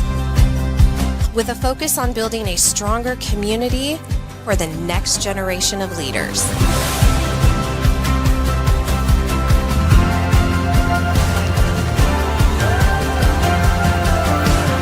Centris Federal Credit Union. We are where you are.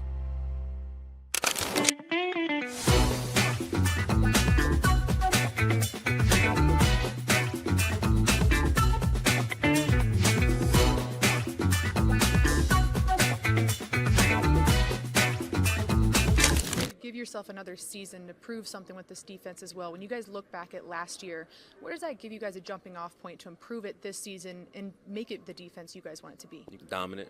I want us to be dominant, man. I don't want nobody to score on us. I want us to be dominant the whole game, the entire game, from first quarter to the fourth.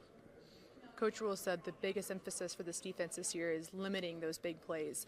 You, as a leader, how do you implement that and make sure that is a standard for this defense this year? Limiting big plays, that's nothing but eliminating missed tackles, eliminating missed assignments. You know what I'm saying? And winning your one-on-ones. That's how you eliminate big plays. So that has a lot to do with film study. That has a lot to do with practice habits. And that just has a lot to do with dogs. You know what I'm saying? So, and I feel like we have a lot of dogs on this team, man, and I'm excited. Yeah, tell me about this room that you guys have. You say a lot of dogs. Why? What makes this group special? Because we like that. I don't know.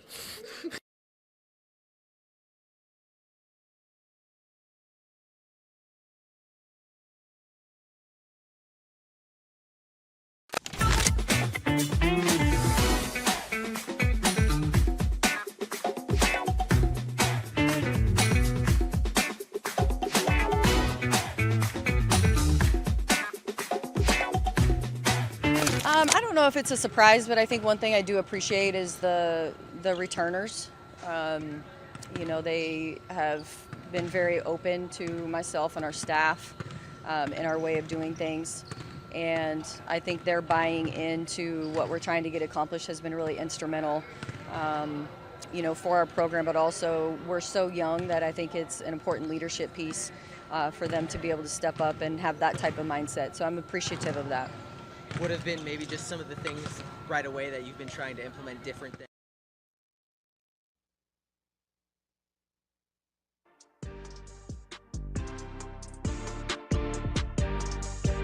Welcome to Hurrdat Sports Live. In the bowl game, I simply stepped back and just let the coaches coach, said some things when I had to, tried to watch the big picture, not trying to get involved too much to fix everything, dealt with the game management, dealt with like, hey, let's do this, let's do that, and was much calmer, was not, you know, wasn't as much attacking the referees, was much more like, hey, let me take care of the big picture here. And I think when I do that, I'm a better coach. Now, sometimes you can't do that. Like in year one, when it's a fire. In year 2, when the embers have burnt the thing down, you're trying to because that's what those things are. Like when you come in, you don't say, "Hey guys, this place is a dump." You say like, "Hey, yeah," but I'm telling you, like year 1 was really hard. Like, man, I get GIF, Reimer, those guys, amazing humans that they stuck around and helped us rebuild that thing. And so, it's a long. I'm talking a lot today. I apologize. You two people I know. Everyone else I'm gonna give like really short answers. but I think having the ability to step back and just keep it very big picture. And let Glenn talk to Dylan about, hey, they just did and try to keep the team here. You know what I mean? Like you got to stay here if you want to win the games in this conference that we're gonna have to win. Welcome back, Hurrdat Sports Live, presented by Centris Federal Credit Union. That's DBM Ravi, Lulla here at Hurrdat Sports Bar and Grill. We are joined now by our Thursday friend, Michael Bruntz, Husker 24/7. What's up, Bruntz? Hello. Hi, Mike. How are you? Not bad. How are things going this morning? Things are good. Yeah. I'm sure you're busy, like being smart and doing lots of other things for 24/7 Sports, but was there a part of you that's like, oh, Damon, that's my friend. He just asked Rhule how he could get better on game days. That's career suicide. I hope he answers you accordingly. Were you cheering for me? I was rooting hard for you. Yes. Thank you. I don't believe a word you just said. But it's all about how you ask the question, right? There's kind of two ways you could go. Were you surprised I asked it that? Because I was. You could kind of finesse it a little bit, or you could just go, hand it right off to the fullback, right up the gut. And I thought you asked it in a very fair way, so that's good. Prefaced it by saying he's competitive. I know he's always taking inventory. It's like it's like the compliment sandwich, right? You compliment, crap, yeah. compliment. Yeah, but I thought it was pretty insightful, though, right? Because he's self-aware of what happens in the moment versus being a spectator. Like, I thought that was pretty insightful in terms of how he views himself. Yeah, no, I thought so. Yeah, I don't know. The in-game stuff's interesting. Like, it's got to get better. I think that's the first couple of years. There's been some moments where it's felt like the transmission was going out a little bit, and there were some grinding gears and stuff like that. But I think that I've been thinking about this a little bit, and this connects to what you're saying. So you've basically handed the keys to the offense to Dana Holgerson. So you feel okay about who's running things over here. You got John Butler over here now, and I mean the piece that really allows him to kind of be, for lack of a better word, a CEO head coach is Phil Snow, right? Like that's the eyes and the ears on the defensive side of the ball. Matt Rhule will always be involved with the defense, but he had some comment too in Vegas about how he basically has to now, like he's not just in the trenches with the coaching stuff.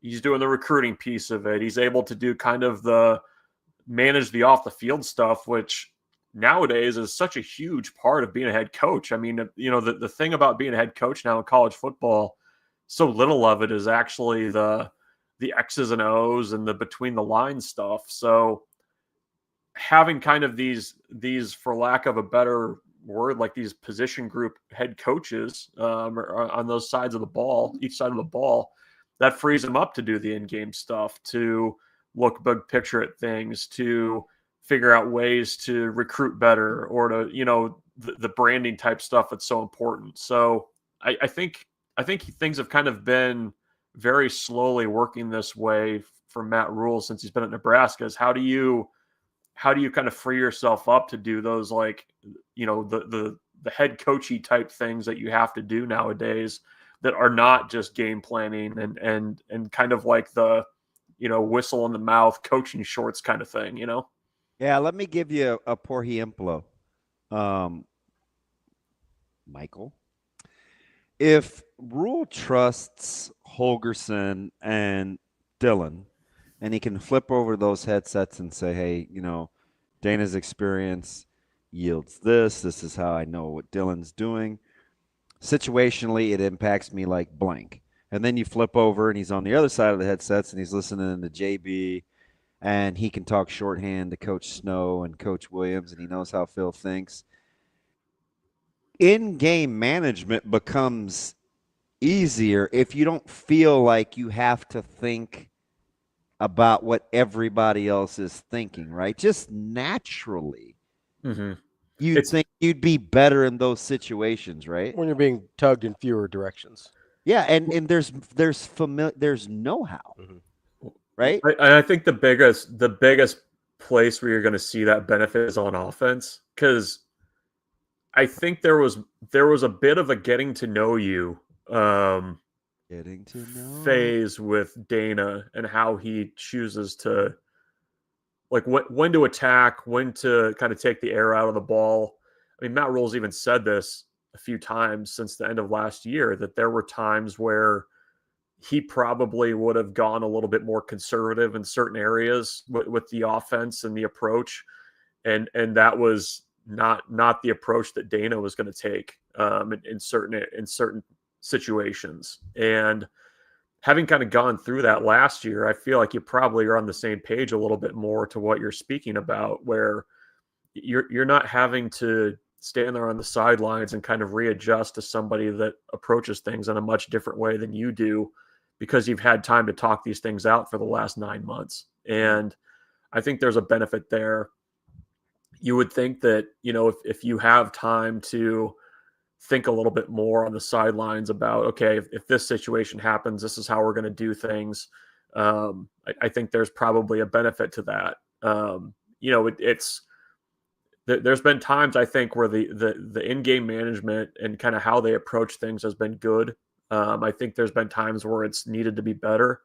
And I think when you can probably trust your offense a little bit more, it makes those decisions a little bit easier to make, because I mean, the last 2 years, you really haven't been able to rely on much and to really count on much. So I think that'll help everybody in kind of making those in-game things a little bit better. What if he would have said, "What kind of question is that?" Would you guys have even felt bad for me, or would you have like squeezed the lighter fluid and like flicked the match? Like, be honest. That's a great question. Be honest, Bruntz. Where you've been like, "Yeah, get that guy." No, there are many other questions that are asked at media days that deserve to be gotten after than that one. Okay. Is that fair?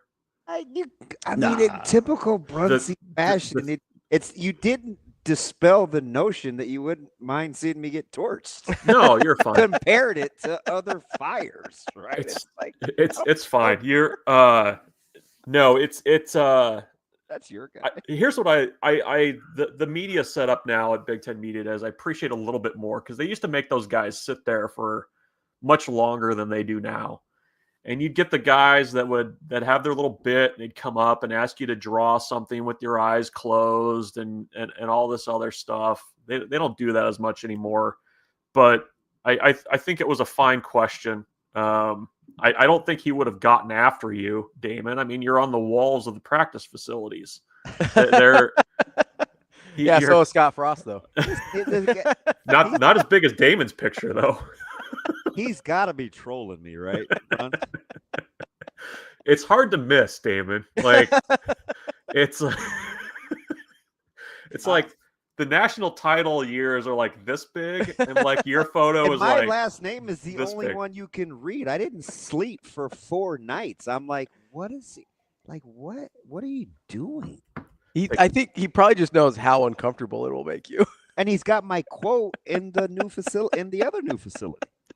There are probably other photos they could have chosen, but they chose yours, so there's probably a reason for that. You should have asked that question. That's the one you should have asked. See, he does want me kerosene. Just when I think we crossed that tree of trust, you guys have no idea how much I need you for emotional support. Everybody else has got these dogs in the airport. I need a 247, guys. Meanwhile, he and Shafe just rather with the lighter fluid. Beastie will just fan out the smoky flames. BC, not BC, Bruntz, what was your opinion on when he talked about both fronts? What he said about how he felt about the D-line, in addition to what he said he felt about the O-line. Which one tracks more with what your conventional wisdom thought? Well, I mean, I think defensive line. I mean, from the outside, I think there's legitimate questions about what that's going to be. Were you surprised at his at the confidence in his response? Not really. Like, if you go back, like he's said before, like we've always been good at the defensive. Like I think there's his response did not surprise me because I think that he's always had confidence, regardless of season, that they can put it together up front well enough to be effective. And I think I was expecting him to say that. Like he's said that too, I think during spring ball, that that they feel like that group has the potential to be good enough to do what they need to do up front. So that didn't surprise me as much. I mean, I think it more, his comments with the offensive line probably more aligned closer to what I felt going in. I mean, I think that's a pretty intriguing group, especially when, I mean, if like Teddy Prohaska is your swing tackle, I mean, that's having that experience in that role is pretty good. Lutovsky, he's good. He's a good player. The fact that they brought him to Big Ten Media Days, I think he's going to factor somewhere in there. He was good at the end of last year. And, I mean, you've got Tyler Knack, you've got Gatula, who started last year, that I think everybody kind of forgets about in that mix too, of how things are going to shake out. So I can go along very easily with the potential to be good up front. The defensive line one, I need to see it, I think. And I think that's probably fair, just given the pieces there and who they lost and all that stuff. But I mean, I think you got to give them the benefit of the doubt, at least, because they have been good up front historically. So I'm willing to listen. Is that fair? Yeah. He and I didn't have this conversation at all during spring or through this morning. But I remember it was either you, it was for sure Ravi, and I think it was maybe you. It was one of the 247 guys where I said the offensive line in the spring was so good whatever day I was there that I questioned myself on who they were going against. Do you remember that? Yeah, I do. I was like, I think I called you on the, I called Ravi on the interstate, and I go, I'm kind of second guessing myself because were they practicing against bums, or was the offensive line going to be that good? But over time, I'm just convinced. Like, I actually think I'm ready to say they're a strength of this football team. And to hear Coach Rhule say they were the most dominant group during spring, yet lament over the D-line's prowess, I don't know. It was kind of hard for me to not run through a wall and sugar-free or the 29-cent packets or whatever Kool-Aid costs. Grape or right cherry? now, Like, what are we doing? Which one? It's purple. Oh, That's purple. not grape, and it's red. My household, it was grape. Well, hey, we're like Wonder Twins. We're both brown. It's the color, not the flavor. Thank you. Let Bruntz say strawberry. No disrespect, Bruntz. I mean. But were you like? Did that seem weird to you, Bruntsy? That I'm like, well, it's the classic like spring conundrum of like who's better, who's like, are they really this good? Is the other side that bad? I mean, it's the same. Like, oh man, the defense is getting so many turnovers. Like, they're wreaking havoc, and it's like, I got 19 picks today. So I guess that's why I need to see it. Yeah. I do think though that offensive line can be good. I like that move of Justin Evans to center. I think that's a good move. It's the move that needed to happen. I mean, you added Pritchett and Spindler. I mean, I think and a guy like Sledge could play tomorrow. Yeah. Gatula I mean, tomorrow. they're at that time that point in kind of the development of the offensive line where you still have all those old guys hanging around that have played a ton of football, and you've kind of got that next group that's finally to the point where they're ready to get in the two deep in a serious way. And I don't know. I mean, I think that's we've kind of been talking through it on our site, but I mean, I still think there's a lot to be decided on kind of how things shake out and roles and that kind of thing. And you also have guys in that room that can play multiple positions, and that's a good thing to have. It doesn't make it easier for us to kind of determine where guys are going to fall by the time the opener rolls around. But like I said, I mean, I when he said that about the offensive line, I was like, okay. I mean, I'd be willing to go along with it. Defensive line, I think I just need to see it a bit more. Michael Bruntz here for Counting Crows. I mean, Just hanging around. more of an Omaha guy myself, but it was actually a knock. It wasn't in affirm. I mean, if we talk about just Gatula and Teddy, you've got two guys who've started a tackle that likely aren't going to start if we can follow the breadcrumbs with Canuck and what Rhule said about him. You've got Sledge, who could start tomorrow and nobody would bat an eye. Corcoran, who's started at multiple spots. Corcoran has over 40 starts. Right. Yeah. So we're at 9 deep now, and I don't even have to stretch, right? Like we're almost at a full 2 deep on the offensive line. Like, when's the last time you could say that? It's been a long time. Like legitimately to say like, hey, I can go 9 without being like, well, if this guy's ready and maybe that. Like, we've seen all 4 of those guys that I just mentioned. We've seen them play. Yep. No, and that's the thing. Even mentioned like Knutson or that's what I mean. I'm not stretching at all. These are only guys that have actually played. Yeah. You got at guard, you've got Machachok's always kind of just hanging around. You've got Pyle and those right there. Like everybody loves Bricks. I mean, there's a lot of guys,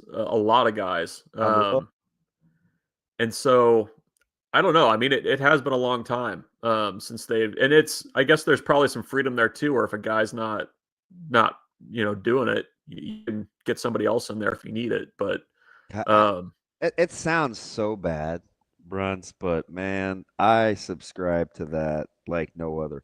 I always want to have options. Yeah. If I don't like the way you're playing, I've got to coach you. I've got to coach in a way where I don't have to be committed to you. You can come sit your ass down. Like that's the goal, right? It doesn't sound good, but if I don't like the way Hartzog or Singleton or Marshall or Van Poppel's playing, I want to be like, hey, this is out of love, but we got to do something different here. That's the only real way you can hold people to a standard, right? Is to have other options. Because if a guy's not upholding the standard and the gap is cataclysmic between 1 and 2, it doesn't really matter. Like, you can't do anything about it. Like, don't you want to bring in a productive guy like Judy or Linhart if you don't like the way that Davis or Van Poppel is playing? Like, that sounds pretty good off the cuff, right? Well, and I'm just thinking back to position groups over the last couple of years where like you had that option. Like you could do it along the defensive line last year to a degree, I think. I don't know that offensive line you could have done that, especially when they started having the injury issues. Yeah, how many they started 9 different players last year, right? And we didn't bat an eye. Yeah. 8 or 9. I think it was 9. I think it was 8 or 9 the year before too. And like we haven't even noticed hardly. Yeah. I mean, I don't know. Like it feels like there's a lot more good depth than what they've had. And I think that's, the quiet confidence conversation that, came up a lot in Vegas. I mean, I think that's part of it is you've got options. You've got a legit 2 deep, maybe more at most positions right now. So that's a good place to be starting from. And like you said, I mean, if you get into the 3rd game of the season or something and somebody's not hacking it, at least you have a, barring injury, you can pivot a little bit. So that's a good luxury to have. You're a big 104 over 77 guy, Bruntz. So let me ask you, if like we say things about Ohio State. Hey, I'm just going to pencil in good quarterback play, or Iowa, where I'm going to pencil in blank. Good defensive special teams. Yeah. Whatever. Right, where they've done it, and so you feel good about it. Do you feel more comfortable if you were going to be held accountable to saying, yep, Holgerson's always been good, so Nebraska's going to be good offensively, or Eckler is kind of a special teams maven? I expect Nebraska, I think I just answered my own question because this sounds hard for me to say out loud, but Nebraska's going to be good on special teams.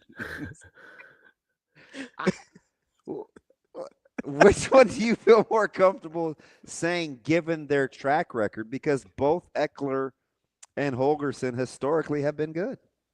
Yeah. Well, you led me to it. Even me saying it. You drove me right. You drove me right up to the door and dropped me off, Damon. I know the question that I'm trying to answer. I was like, just tell me what you want me to say. Good on special teams because of Eckler. I couldn't even spit it out. I am more willing to go along. Well, so both Is of those. it easier to be good on special teams? Yes, as long as you pick the right guys, and that's the only thing that I would disagree. I would be a little bit concerned about is you've got a guy playing his first college football. Like the actual specialist, you mean, right? The actual person doing Kickers, the kicking, snappers, the kicking and snapping and holding. Yeah. Okay. God dang you, Bruntz. That's the only and when you say good, like, can we say better? Like No, middle of the road mean, would be a pretty good improvement. 6-7 yards of punt return. I mean, 41 net punting. I mean, like I've just said, I'm not talking about splitting atoms. I'm just talking about. It's felt that way though at times, right? I get it. I've just always used the term if special teams is not disastrous. Yes. No, see, that can't be. We have to shift gears. I'm just saying that's my standard. I get internally it doesn't need it. Because there's only a few teams where you feel comfortable as a coach saying, if we could just break even. Like that would be like Iowa. Because they're so good, so you're not assuming you're going to be better than them on special teams, but you don't want to resign yourself as a coach to saying, "Well, hey, man, I'm not just even, because they're tops in the country." No, but that's them. This is us. We're in the tree right now talking about this. I'm not even comparing Nebraska to the other team. I'm just saying if Nebraska doesn't actively lose games on special teams. Yeah. That's what I'm talking about. That sounds so miserable. It's true though. That's the knock it off. No, I'm like when people come at me for my 10-2, I sit there and I go, okay, give me Mike Eckler last year, and I'm at 8 automatically, just full stop. Maybe 9, depending on how you feel about That's what I mean. Illinois. Well, I was counting Illinois and Iowa. What's your third one?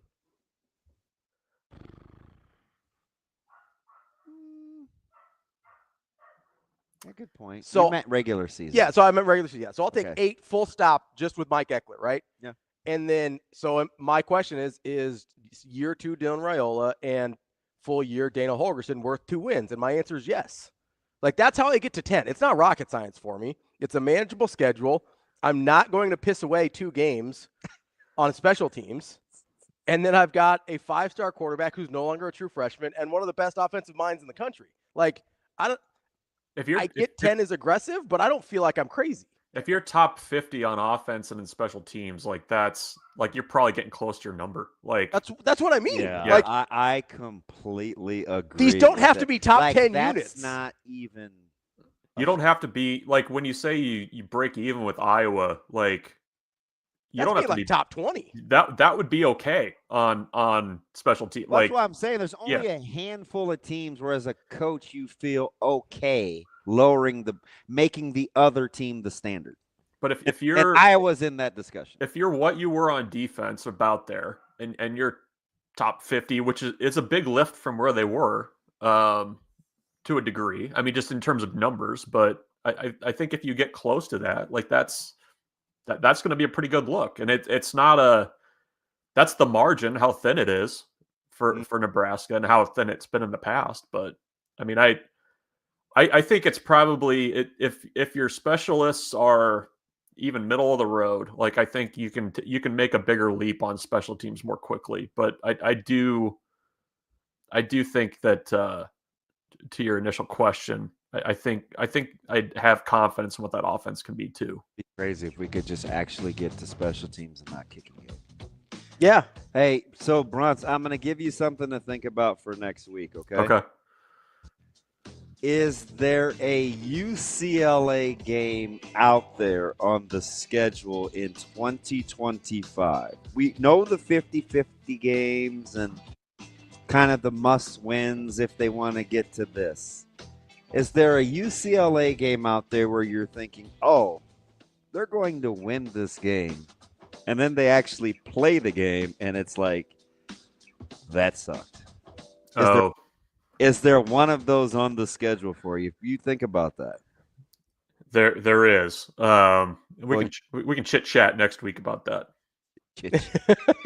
That's our guy, Michael Bruntz. Husker 24/7. Thanks, Kerosene.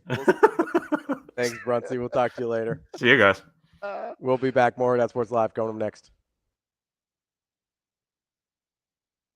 At Centris Federal Credit Union, we understand that the journey of building your own business typically starts with modest beginnings. With a little help from our team of experts and small business loan offerings, you can take your vision and transform it into a more concrete reality. Centris Federal Credit Union. We are where you are.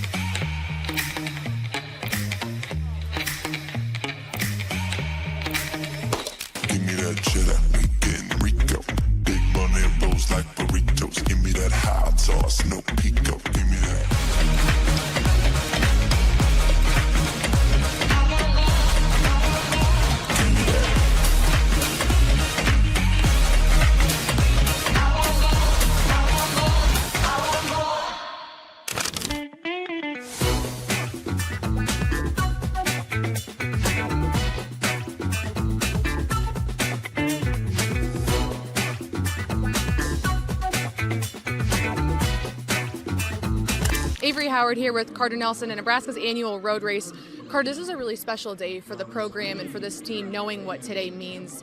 How special is it for you all to be out here and be supporting all of these runners and just the fight against pediatric brain cancer? It's super important. I mean, we've got a great opportunity to just spread awareness, and I think that's what we're doing here today. So it's a great opportunity to do that and then just give back to our community. Great to meet a lot of these kids, play football with them. We were doing that earlier, so it's just great to be able to come out here and kind of just be part of the community. Yeah, here we go right now. Yeah. And you're a kid that's from Nebraska, so you know what it means to be in this stadium and hang out with the players. What's it like to be on the other side where you are that player now for these little kids? It's super important because I just remember the impact that some older players had on me, whether that was like me when I managed for high school players, so high school players and stuff like that. I just remember the impact that maybe one high five could go, so I really try to make it important to maybe take it a step farther and ask them how they're doing and stuff like that, because it can really make an impact on a little kid's life.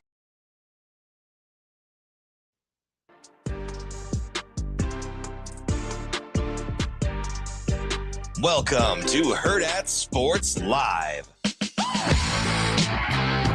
We're back here on Hurrdat Sports Live. That's DBM Ravi, Lulla. Who doesn't want a guaranteed return on their money? If you've got extra funds that you could lock up for a little while, a certificate might be what you're looking for. And Centris Federal Credit Union has great terms and rates for your financial goals. Plus, they have unique certificates and savings account bundles, which allow you to earn dividends not only on the certificates, but on the saving accounts as well. Make sure you check it out, centrisfcu.org. Terms and conditions apply, federally insured by NCUA. You know what is always a guaranteed return on investment? Talking to this guy, Michael Severe, who's what a gift. Hopping in the stream. What's up? Balls in our lap. So I want to be the guy sometimes, Seviere, that can just say, hey, I've got some things to say. And then everybody makes sure that you're comfortable, you get enough time, and they drop you a link. Most people just have to like break off a phone call. Like, how do I get to where that happens? I don't know what you're talking about currently, but I will say that I just wanted to call to give all the folks from Hurrdat Sports that were at Big Ten Media Days for their coverage. I was in New Orleans, and so I was away from everything, but it was great coverage. Being able to keep up with that, I thought Avery did a great job.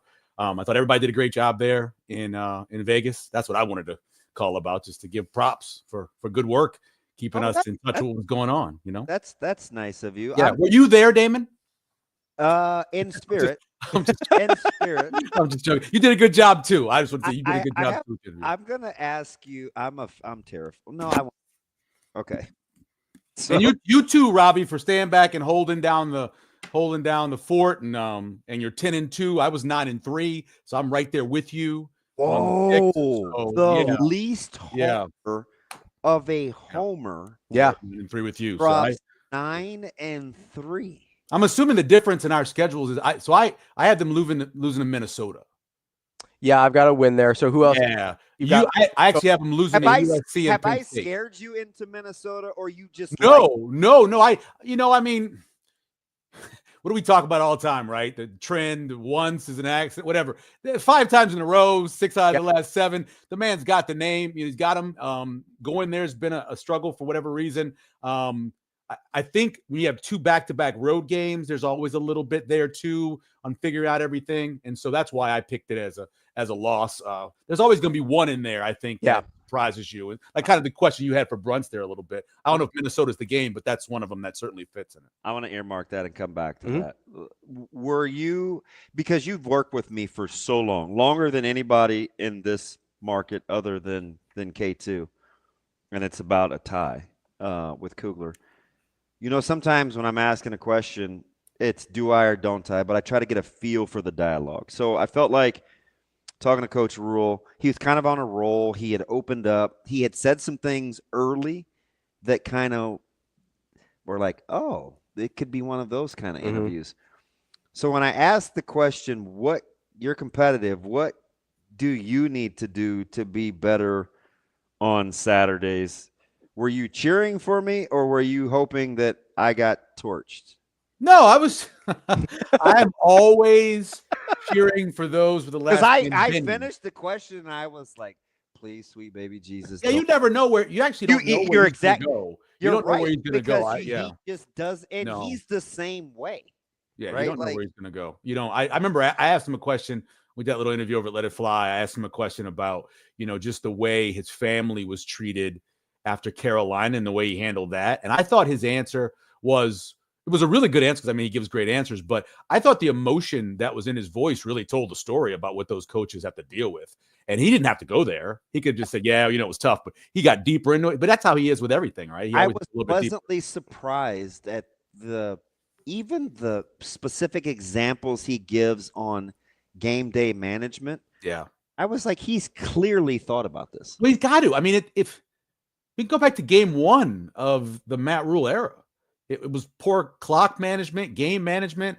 There's been multiple games. Heck, we talk about special teams and we talk about turnovers and all that stuff to make differences, but just pure finishing drive rate. You cross that 40-yard line, you need to get a field goal minimum. You want to score at least 4.5 points to be a quality team. And too many times they've got 0.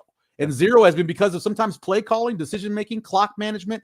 That's all stuff he's got to deal with. But I will say that almost every coach that's good has had his times where he struggled with that. Nobody comes out of the gate great at that.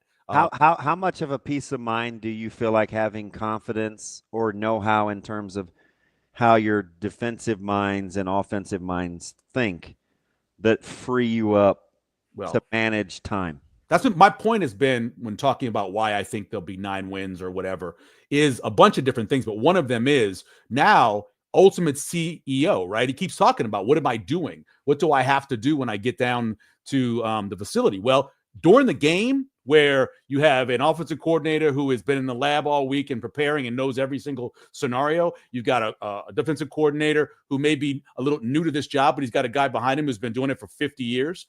He should be, and he's got a special teams coordinator who last year, 5th in kickoff return average in the SEC, number 1 in punt return average in the SEC, and They had 11 punt returns of 20 or more yards. Nebraska had 0. So having all of that there, he should do a better job of handling those final 2-minute things, finishing drive rate stuff. He should, just because he's got everybody else around him.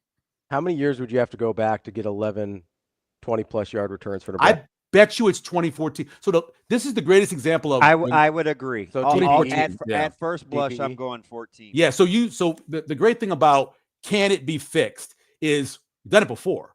When they concentrated on it in 2014, when Bo Pelini said, I am taking over special teams, we're not going to be last. They were 128th the year before that in special teams efficiency. He said, I'm going to fix this. And what happened? That year in 2014, they were number 1 in the country in special teams efficiency because someone said, I'm going to fix this. Even 2016, when they really struggled in 2015, and Diak was with 17, Diaco comes in and goes, I'm going to fix the punt game. The punt game got fixed because someone said we're fixing it. If you spend time saying I'm going to fix special teams, you will fix it. And that's why I think they can fix that. And everybody says what? They've lost 1 or 2 games every year because of special teams going back over the course of the last 25 years. Well, give me those 1 or 2. I added to the 6. That's 8, right? I talked about this on a show. Just simple math tells you they're going to be 1 to 2 games better because their special teams will be better. Do I need to go back and do my season prediction? Yeah, we haven't got yours yet. I thought you were holding off. I am. Do you believe this, Damon? I was listening to an NFL podcast, and I thought this was one of the greatest analogies I've ever heard. So I feel like I have to agree. I got chills when he gave it, right? Because I love football. He said, we talk a lot about floor and ceiling. He goes, a great offense, the floor is having a very good offensive line. The ceiling is having great skill players, but primarily wide receivers, right? On defense, the floor is I've got to have a secondary that can cover some man-to-man and that is very good tacklers. My ceiling happens when I have a great pass rush, right? So you look at what this team is now this year. The ceiling, the floor of the offensive line is better, I think, overall. They got a chance to be pretty good. Really good, right? So say top 8 in the Big Ten, if that's the case, right? We know the top 3 receivers have proven, whether it's Kentucky, Cal, or here, that they can do it at a good level. Then everybody else adds to it. And then tell me what's going to happen at running back. I don't know. And you throw in the tight ends, which is a very deep room. Their floor is better than it was. Their ceiling is better than it was. Now, the only question I have is, will they be able to rush the passer for that ceiling on defense? Because I believe the secondary is deep and it's going to be good in those 2 things. So 3 out of those 4, I think, make a difference. Let me help you out. I do think, and you guys are both smart with this. I've said this from the jump zone. It's like they have more capable bodies than a year ago. More capable bodies, like overall, or just position? What position? D-line. Oh yeah, definitely. Okay, so you agree with that? I'm with you on the athleticism. Remember, we talked about it last year. Do you agree with more capable bodies? Yeah, better depth. Okay. Yeah. So what I'll tell you is they have a defensive mind and mind now that are a little more aggressive and a little more pressure-y. So what did we hear Coach Snow say when he first got here? Hey, on 3rd down, we want to affect the quarterback. How can we affect the quarterback? Sometimes it's with looks. Sometimes it's with actual pressure. We saw in the bowl game, and I said, gosh, I'll be curious to see if Coach Butler is really going to be a pressure guy or he's just trying to cover up for not having a ton of depth at the bowl game on the D-line. Turns out he's a pressure guy. So if you believe those 2 things to be true and they're more athletic up front, do you care if it's an individual pass rusher versus schematics in terms of how they want to get after the quarterback? Here's the hard thing about 2025 college football, though, is that just by the basis of the way offense is run, you talk about how the ball comes out so quickly, and when you're doing things with so much ball handling, it can make it difficult unless you have a premier guy. If you go back and you look at what Ohio State's done over the years, even Minnesota had that run where they had a couple of premier guys off the edge, right? And those guys increased what you could do in terms of getting your pressure rate up. So do you have the – look, I think – and I'm on record on this. I think Van Poppel is going to be a 1st or 2nd team all Big Ten before he leaves here. Okay, I'm on record with that. I think he's already ahead of what Ty Robinson was. I think he doesn't make some of the fundamental mistakes that Ty Robinson made of if getting you high. compare the same age, Right. It's not even close. So I think he's gonna, but that's not going to be his job to do that. Now, tell me what's going to happen with the guys on the outside and who the guys they are comfortable with, and Nwaneri, will he ever live up to what he's supposed to have been in terms of recruiting rankings? I don't know the answer to those questions, but you got to have. I believe you have to have one guy who is dynamic. Everybody else can be very good, but I think you have to have one guy if you're truly going to have a high pressure rate. Okay, so I have one. Okay, let's see if he gets help. He gives me. We need I'm not even going to couch it. He gives me very natural pass rusher vibes. I compare him a little bit to Demario Williams. Shavers is as gifted a natural blitzer pass rusher as I've seen probably since Gregory, but he's not Gregory because they do it differently, if that makes sense. Gregory was a natural, bendy, like 90 degree around the corner, savvy pass rusher. Shavers is a guy that's really good with timing, cadence, and playing downhill. Do you know what I mean? It's a little, they do it a different way. So that's why I give him more Demario Williams, because Demo was a real good savvy feel guy where he understood hitting fits quickly, right? Like is that too? No, it's not too football. It's you, but does that make sense? No, it does. And I was just trying to go back and look at want my that guy to be evaluation of him. closer to the ball, or no, I think off the ball guy being like that. It's got to be, I think, in just terms of based off what we've seen history wise, it's got to be that stand up 3-4 guy who either does it, or it's a true designated pass rusher who comes in on third down. He's not the guy that's necessarily your run stopper that does that. And no, I was just going back and looking at my evaluation of Vincent Shavers coming out. I was excited because his name is Shavers, and we're boxing guys, so anybody with a boxing last name I get excited about. But I remember going back and look at him, and going forward, I thought was his biggest strength, just on his high school tape. So you're with me on the downhill thing. Well, I can certainly see that, because I just wanted to go back and look at see what I wrote for his recruiting stuff. But there's a number. Willis McGahee is as natural as a pass rusher. Take 4 plays. Take 4 plays from last year, right? 4 plays, and they're almost all at the end of the game. By the way, those 4 plays were better than they've had the last few years with a combination of guys. Yeah, he's a monster. He's a natural pass rusher. Nasty too. He is. Yeah. He's so that might be the guy, and I can't imagine what he's going to look like. Just looking at the way his dad was built, he's a bigger, his shoulders are bigger. What is he going to build into, and what he's going to become by the time he's done he's going to be a freak. I have a question. So if I know that Cincinnati is, I don't know enough about McCullough. I don't. About who? McCullough.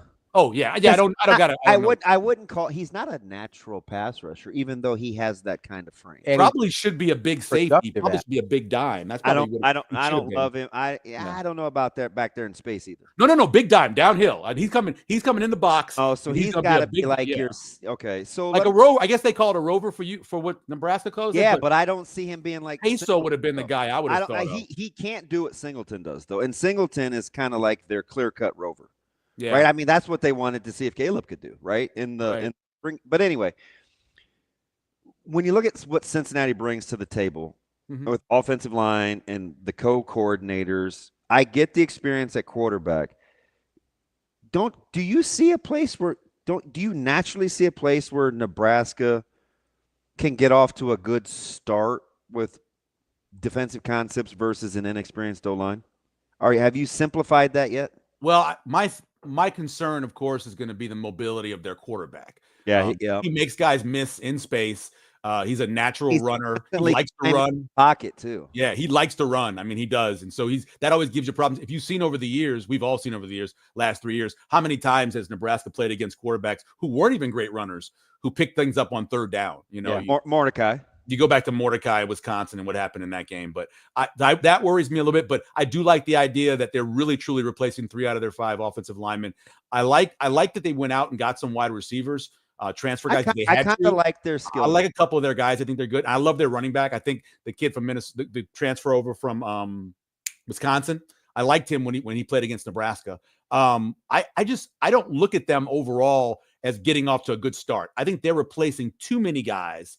They're going to be one of those teams where early in the season, Cincinnati's going to be struggling, I think. And then as they go along, I think the development of all the guys they brought in is going to help them. I think it's going to be a close game in the first half, but I think Nebraska just physically is going to be able to handle them in the second half. That's the feeling I have for that game. Nebraska, I think on paper, shows me as a team that can play in waves. And I've heard their coaches talk about how they want to be fresh down the stretch. Hockey team, yeah. I think they can come at you. They feel like they can come at you from a depth standpoint in waves. I think that's how they want to play. Well, if you look at what, again, I hate when we do Ohio State as a comparison because of all of the freak talent they have there. But notice that you go back and look at their stat line and look at how many defensive snaps guys played. And they really spread that out. Even their best players. Fresh. Yeah, they're fresh. I'm looking at like 50 snaps. Yeah, and it's a great way to do it. I don't know.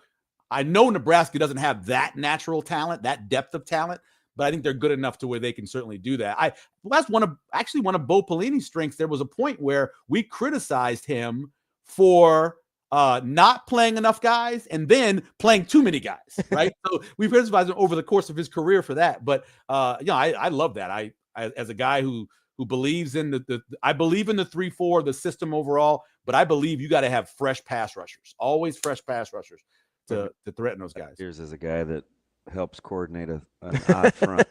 Yeah. No, I love it. I grew up. Listen, man, the guy somebody sent me a bunch of Saints. Player cards in the mail, and I'm looking through this, and one of my favorite guys that ever watched was Elois Grooms. Nobody knows who this guy is unless you're a Saints fan.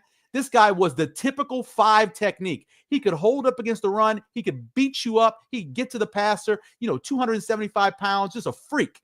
Yeah. Give me an Elois Grooms, man. Give me one of those guys. Our guys in that odd front barely play. Well, they don't barely play, but are they mostly 4 eyes? Is that where they're playing? And 4s are tough. Yeah. Unless Justin Smith. Yeah. Oh, yeah. Well, one of the greatest of all time. Yeah, one of the greatest of all time. Steve could play in a 4. But again, another HOFer. Yeah. Let me ask you about middle of the pack, my guy. In the Big Ten? Yep. So I'm talking like 4 in the 10-ish range. And we're going to go wins above expected totals. Okay. I'm going to give you 3. Who intrigues you the most? I'm going to tell you who I bet the over on already. Michigan State. Okay. I bet Michigan State over. Knock it off. I told you before I bet Wisconsin. It's almost I got plus money on Wisconsin to get to 6. I know what the schedule looks like. So I got those 2. Listen, stop. Yeah. I'm just telling you. That's my You got the over on Wisconsin? I bet it a month and a half ago. It was one of the texts. I bet it a month and a half ago. He's the one guy that I got it twice, actually. I got it all at the teams 130 and plus at 140. 4.5, 5, or 5.5 win totals. He knew them all in the Big Ten. Yeah, But let me ask you something. Go ahead, sorry. I give you, and this isn't who you think is better between the 3. It's the expectation level. Mm-hmm. Okay. Washington, UCLA, and USC. Well, I mean, I think USC wins 10. So I mean, that's what 2.5 games over their expectation. So you're with me. You think SC is going to be good? I think they're going to be good. I think they're deep. I think that Nebraska game. I got a little flack from this about a month ago. That game is much tougher than the Michigan game. Give me a freshman quarterback in my house earlier in the season. Hey, listen, if somebody gave you flack over that take, I know. I was like, to those people. No. That's going to be a tough matchup. Talking about skill and speed. Oh my goodness, that USC team is going to be a track team. So absolute track team. It's going to give the secondary so many problems for Nebraska. Do you like UCLA to surprise more or Washington? I'd probably say Washington. Out of those 2, I would pick Washington. And I'm a little down on. I was down on UCLA last year. I got lucky a little bit on getting the under there because it got close down the edge. But I would probably take Washington If you're going to give me out of the two in terms of not who's the better team, but wins over expectation, I would probably go with Washington. It's funny you brought up Michigan State because that is my UCLA game of last year where Nebraska's playing that game and you pencil them in for a dub and you're not expecting it to be. I don't know if this was a hot take. I said Michigan State is must win. If Nebraska wants to do anything remotely close to successful in the first half of the season that is not Cincinnati. That's thank you, because that's must win. No. Cincinnati That's is the given. I don't do the coach speak thing with. Yeah, no, I know every game. Listen, Cincinnati's must win in the first half of the season. The next must game, is you have to beat Michigan State at home because I do think they're well coached and they're little. They could come in a little sleepy post Michigan. Are there 6 better coaches in the Big Ten than Jonathan Smith?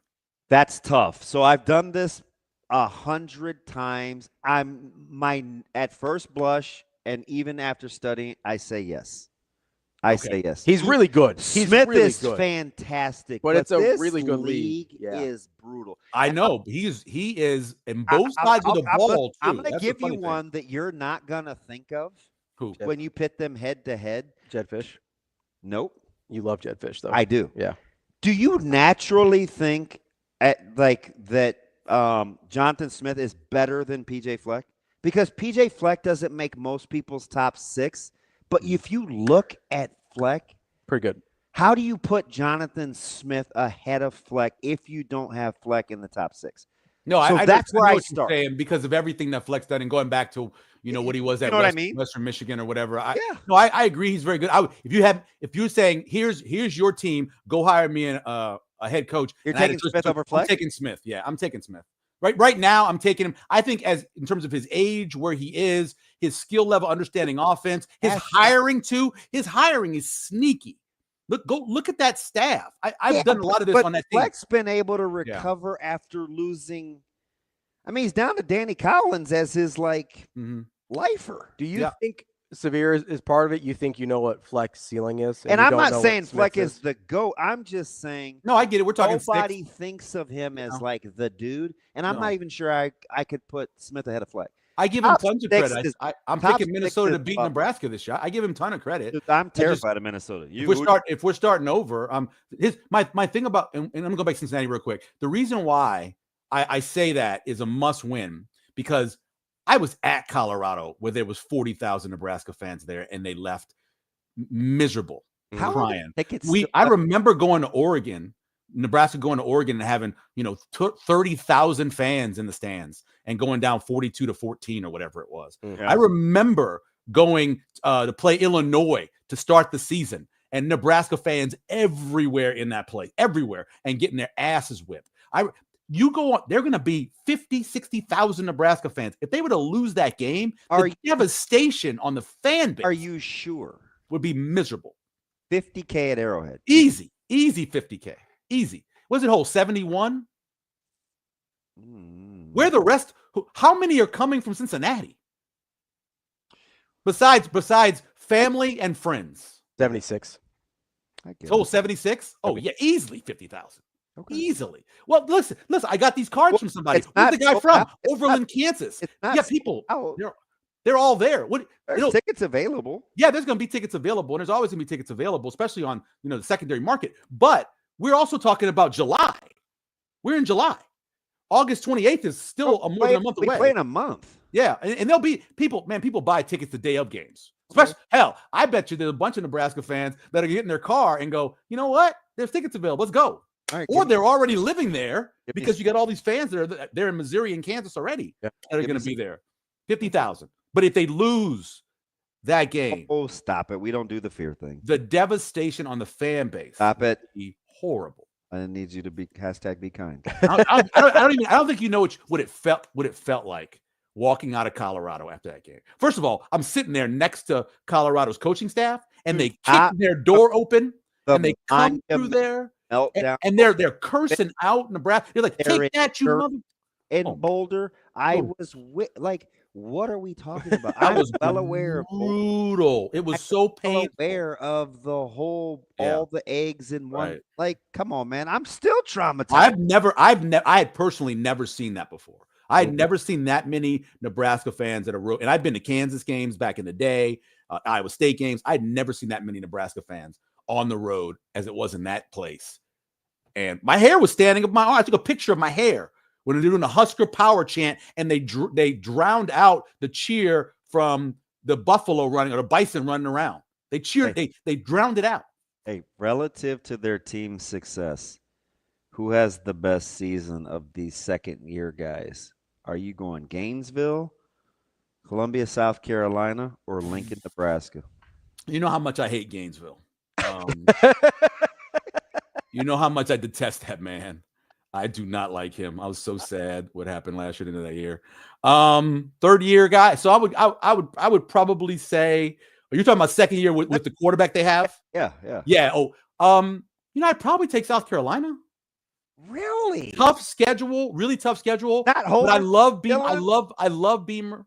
I really do. I like him a lot. You know the thing about South Carolina? That roster's better than I think people. It is really good. It's more than just sellers. That's a right. No, it is. And they went out into the portal. They used to work in the portal. They went in the portal. They came out with a low. So I probably would take. That's a tough schedule they play, by the way. I probably would take South Carolina, and then I'd go Nebraska, and then I would go to Florida. But I hate Florida. I hate that dude. I got one more. I have two dark horses in the Big 12. And this is a guy that likes Iowa State in case the guys at the top. Would you push your chips in towards Baylor or Texas Tech? Texas Tech. Dude, Baylor might have the best quarterback running back duo in that conference. Yeah. And you know what? I wouldn't lay a bet if you gave me the money on the Big 12. Right. Because I don't care which as good as Arizona State is, why are they the prohibitive favorite? It could be anybody. I mean, look at the numbers. Shouldn't Arizona State be for winning the conference? It's so bad. I can't even tell you who's going to win that. 5.5 to 8.5. Everybody. I couldn't tell you. It could be anybody. I mean, hell, the numbers. What was Arizona State pick last year? 16th or whatever they were last year. I don't know. You like Tech more than Baylor, huh?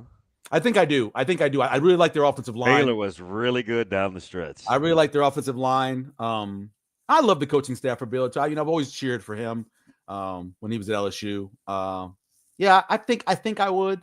That'd be tough, man. The Big 12 is up. You could probably tell me anybody. Iowa State that thing. Week 1. Although I don't like Colorado. Huh? Iowa State or K-State? Oh, so I was talking about this. Farmageddon. I think I'm going Kansas State. I think I'm going Kansas State. Yeah. Oh, okay. Yeah. That's an early bet I made. And then the Tulane Northwestern game. So I have an under on Tulane this year, under 8. Yeah. And I'm jumping on top of it, taking Northwestern.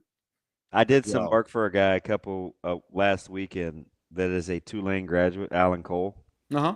The famous Cole's Pharmacy. Yeah. A Tulane guy. And I said, oh, my gosh, I have got to get you together with the Bears. His wife, I'm telling him the story, and he's talking about pumping resources into Tulane. And then all of a sudden, you get the good lefty. Or is he lefty, Retzloff? No, you get Retzloff to just fall in your lap. Yeah. At the school that you constantly hammer. Their problem is defense. To say correctly. Yeah, their problem is defense. Tulane's defense is, I think, is going to drop off dramatically this year. I was there on campus. We took a tour. We took a tour for Logan on Tuesday. Are you sure? Are you sure it's not Tulane? I'm positive it's Tulane. I'm so positive it's Tulane. Like a highway. I really like a highway. Exactly. We were on campus, and they should never have a problem with resources. It costs $80,000 a year to go there. They should be doing fine financially. They've got an endowment in the billions. They're fine. They should be able to donate a lot of money to football. But I always hope they do well, But the problem is what they told us on the tour. The students go to the first quarter and then they leave and they go party. I mean, you can't be a successful school and not have a fan base that's your own team, that's your own school, and they don't go to the game more than first quarter. That's tough for Tulane. You never disappoint, man. Dan campus. Victim of your own success. I don't know about all that. Ravi 10, that's bold, bro. Bold. You bold. said 9. 10 is a different. Go look at the teams that won 10 games. It's a different level than 9. 9's good. Bo did a whole lot of 9s. How many 10s did he do? You know? I mean, we're out here, right? Yeah, no doubt. I'm down with that. All right, buddy. Go Mike Eckler. Oh, Let's get a Nebraska player for the Jet Award. Let's get a Nebraska player for the Jet Award. Let's go. That's all I want. Michael Severe, director of the Jet Award. We appreciate it, buddy. All right, bye-bye. Don't forget to come out to Hurrdat Sports Bar and Grill tomorrow. They've got live music every Friday. Make sure you check it out. That's DB. I'm Ravi. Lulla. We'll be back tomorrow. More Hurrdat Sports Live. See you. Have a good day. Love you.